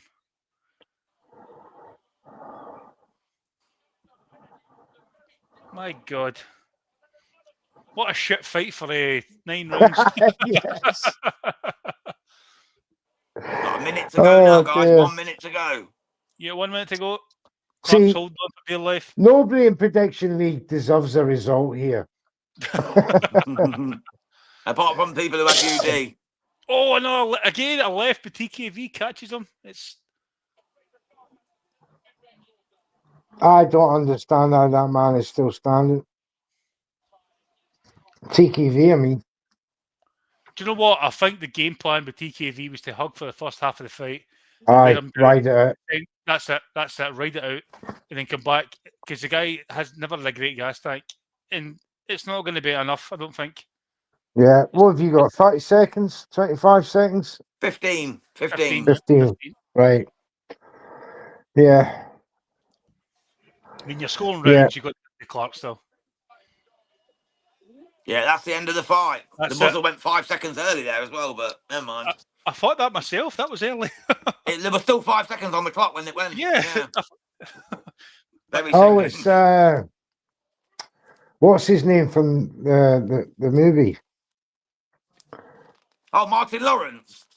No, the British one. Oh fuck! What was it called? One with the gangsters. I've got Not no the movie, idea. the series. Rex USA on his back. Bloody ridiculous, whatever it is. Kind of makes me want Whittaker to get knocked out, to be fair, but never mind.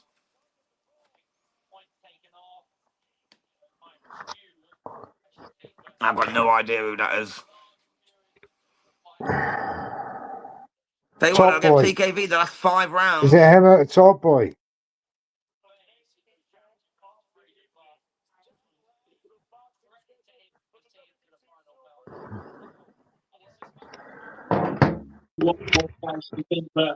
I think for large periods of the TKV. Someone got the background music. Background music down, lads. Evening, boys. How are we? Hello, Lee? mate. How you doing, Lee? All right, mate. My battery's going to go, so. Well, glad So your battery's going to go. It's gone about 7%, but what a slugfest that was. Yeah, man. How did you have it going, Lee, in the end? Did you give it to TKV or to Frazer Clarke? I've got us a draw. Yeah, that's fair. You got it a draw? Fair, to be honest. Yeah, I've got us a draw, yeah. Oh, please don't have a rematch. Yeah, we don't want to see that again. No. It was a poor fight. I've seen better outside Birkenhead pubs. Yeah, that's it, mate. That's it. Absolutely. Let's see how they score it, mate. We should get the scorecards in a minute, lads. Whittaker fight started yet? No, David Diamante's just doing the announcements. It's going to be in about 6 minutes. I'm just The watching fight starts now. I mean, I think Clarke done enough. He's going to get a decision. Yeah, let me duck out and get the scorecards, lads. Yeah, I'm on it right now, mate. Yeah, it's the first 6 rounds were. I mean, the first 2 rounds, it looked like Clarke was going to stop him. Then you got the 6th round, and you're like, "Oh shit, it's a hug fest." Through to the 9th round, 10th round, and then it sort of come alive, guys. And quite an interesting last 3 rounds: 10, 11, and 12. Here we go. Was it a draw? 2 wee seconds on this. What? I've got on BBC iPlayer, mate. I'm a wee bit ahead, mate. I'm I've got mine on normal BBC. I'll tell you live. Yeah, I don't want to see that fight ever again. No, I don't want to see that again. That was painful. 10, 11, and 12 was all right. But if I have to watch 9 rounds again just to get to that, No chance. 115, TKV 112. fairly easy, in my opinion, says Hogwarts. My God. Easy. No.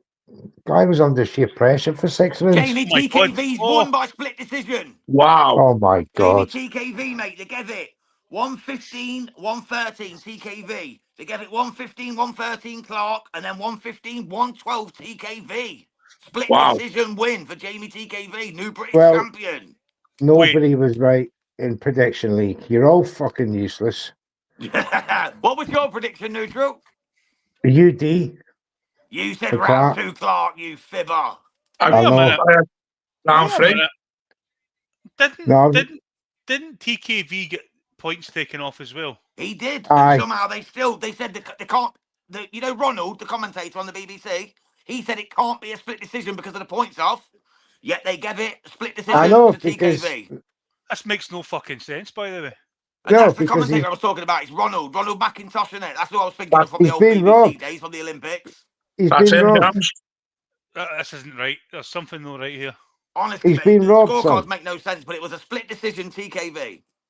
How did they give TKV 6 rounds out of that and losing points? Never in a million years. I think But they only that gave is- 1 point off, Neutral. I think they only took the 1 point off, not 2, bro. I think the first one was a final warning, and then it was 1 Yeah, it was point off. he only had 1 point off, didn't he? 1 point Yeah, was off, yeah, not it's 2. 1 point off, not 2, Yeah. bro. That's why.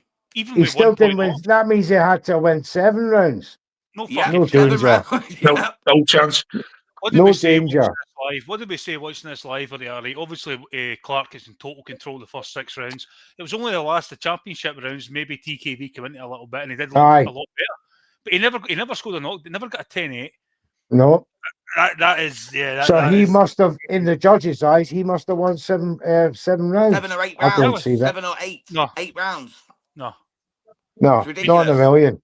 Right, Right. let's get back to some fighting action. It's round 1 of 10. Whittaker versus Gavazi Was it for started, yeah? 175 WBC international belt on the line.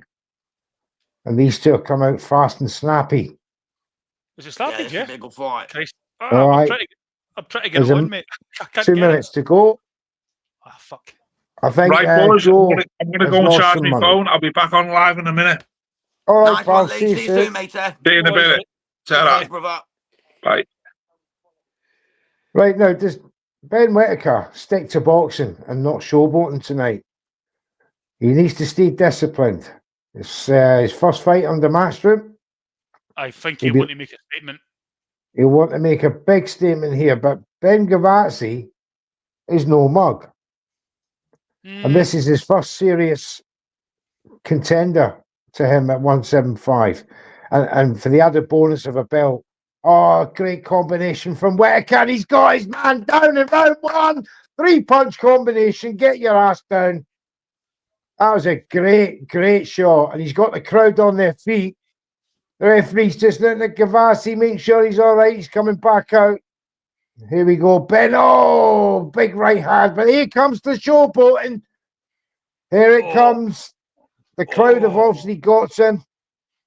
Can he finish this guy off in round 1? Another big right. He's got him staggering now. Oh, he's down again and he's out for the count. The referee's waved it off. That's the big statement there, Ryan. Yep. There it is, 175 mate. pounds. Knockout round 1 for Ben Whittaker. Round 1 knockout for Ben I was just Whittaker. getting the zone ready, but there's no point. I may as well just watch it on the laptop. He's done him already. Knockout round 1. Well. Nobody's seen that coming. Great stuff from Ben Whittaker. My goodness. How to know announce what? yourself there at Matchroom with a I like great it. knockout in round 1. I like how he's come out and been clinical. Banjoed him first Absolutely round, clinical. Mikey. Sorry, Ryan. Carry on, mate. I'm saying I like how he's come out and he's been clinical. He's not been an absolute douche like he has before and showing disrespect. He's on Matchroom now. Eddie Hearn's probably had a word saying, "Do you know what? I want to get out here and show how good you are." And he just Yes. pieced him up. Young Sammy was the closest for round 2. Fair hard lines to him, but mate, what a win for Ben Whittaker. 15 points across the Absolutely. board for those who picked knockout in the prediction leagues. Well done to everybody there. And that's the end of the action for tonight. But what an ending of this main event headline card here on DAZN. Ben Whittaker, first round knockout. First time he's done that, I think. Yeah, Liam Correct me Cameron if was I'm second wrong. round, so yeah. Yeah, correct me if I'm wrong. So that's a big statement win. Big What was win. Especially against a guy who's only lost on his debut to What was Ibrahim, who's fighting tonight against Gladys Krause in the main event over in Andy Rotterdam. Lee's happy. the Tony Jazz fight? Is that on tomorrow? Is that on That's tonight? tomorrow, No, mate. that's Tomorrow. Oh, Jelly- tonight on Tony that Jazz. Gladys Krause. Aye. yeah, that's tonight on GBM on the pay-per-view. But They're an hour you're behind. co-main and he's already won, so They were an hour behind. yeah, the results should be coming in soon for that one. And Gladys Krause main event is in about 15 minutes. Well. What a statement win there for Ben Whittaker. Where's he go from here? Well, not David Benavidez yet. Benavidez, aye, Benavidez. It's a bit early for Benavidez, but Benavidez, to be fair, did call him out first. He said, I want to fight at Wembley in the UK against Ben Whittaker, but maybe a bit down the line. Yeah. And then Ben Whittaker's come back and said, I'll fight you tomorrow. So people are slagging Ben Whittaker off like, you can't be calling him out. End of the day, David Benavidez mentioned him first. Benavidez could have trouble with Ben Whittaker. Nah, I don't think he would. Well, Benavidez is going up to 200 anyway to fight Zerdo May 2nd, so it doesn't even matter. And You then won't Jai see Uptide's gonna knock Benavidez. him Once the he fuck goes out. up to £200, you won't see Benavidez stripping back down to £175. Exactly. And if He was beats having Zerdo, trouble. which he should, He was he's gonna get having knocked out trouble by making the Uptire weight anyway, against. so- Yeah, he was having trouble making the weight against Yard. So Has I find- Benavidez ever mentioned Upataya in the same breath? No, because he's scared of him. All Nobody the champions has. are scared of him. Zerdo's not even Bogeyman. fighting him. I you got Benavidez. I love You Jai. got- I love Jai, but no You one. got Jai, Janabek, Andy Cruz, Some all great these champions about. bogeymen. All They these are, they are. bogeymen. Nobody Hey, will Lee, go what did near you think them. to that, mate? What did you think Yeah. to that from Ben Whittaker? What I think of him, mate. The only one's put my phone on charge. The next minute he's on the floor. Had him down Knocked twice. him down had him twice. twice. Beat the shit And out of he's- him. Yeah. It was in the And back. he's It was ne- in the background when it was charged my phone. I don't think Gavazi's ever been knocked out. No, The guy's not fought anyone. let's put it one way. Ben Whittaker, he might be arrogant, but he's a good fighter as well at the same time. Very good. See, Do you know what I mean? I like when he just cuts out the nonsense and actually boxes well. When he boxes, he's a great boxer, but yeah, it's just it's his attitude he needs to change. You too, C. Miller. God bless, brother. You know what I mean? It's hands down and showboating. Just get on with your fighting. I think Eddie Hearn would have said that. Listen, just get on with the fighting, do a bit of showboating in certain fights, but you can't be as arrogant against. But when he was doing the showboating, some of the disrespectful stuff. Against, there's no need for that. You carry on with your fighting. Carry on with your fighting, get the job done, and then do your showboating afterwards. Exactly. Right, guys. I mean, Nazim Hamid was a prime example. Nazim Hamid was great, but he done his job every time when he done it. Yeah. Then they show off too much and they get caught like he did with Kevin Keller. Well, exactly, yeah.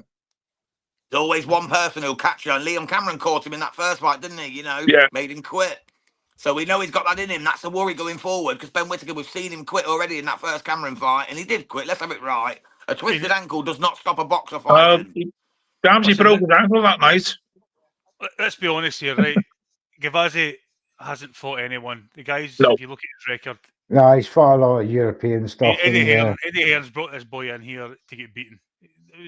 I didn't think. But even Eddie Hearn must be. He must be surprised at that. Exactly, yeah, he will be. Yeah, that finished it as well. Beautiful shot. They're brilliant shots. He looked vicious. He looked angry in there. I like that. Exactly. He looked purposeful, and that's what I know. I've taken away from this.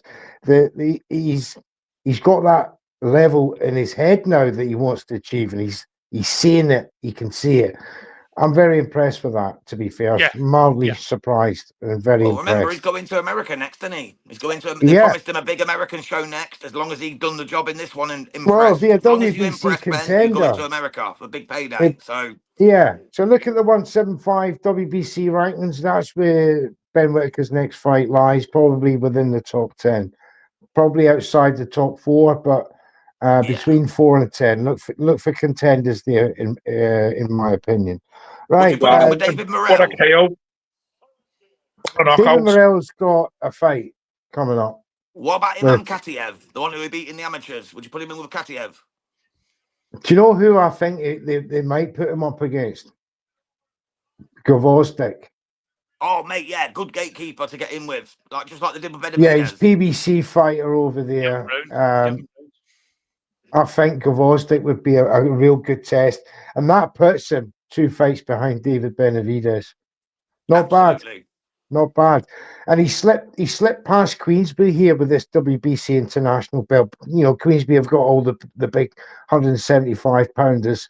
He sort of sidestepped in here with Matchroom here, and he's going to get more exposure than these other 175 guys at Queensbury by going to America and possibly fighting a Gavazi or something like that.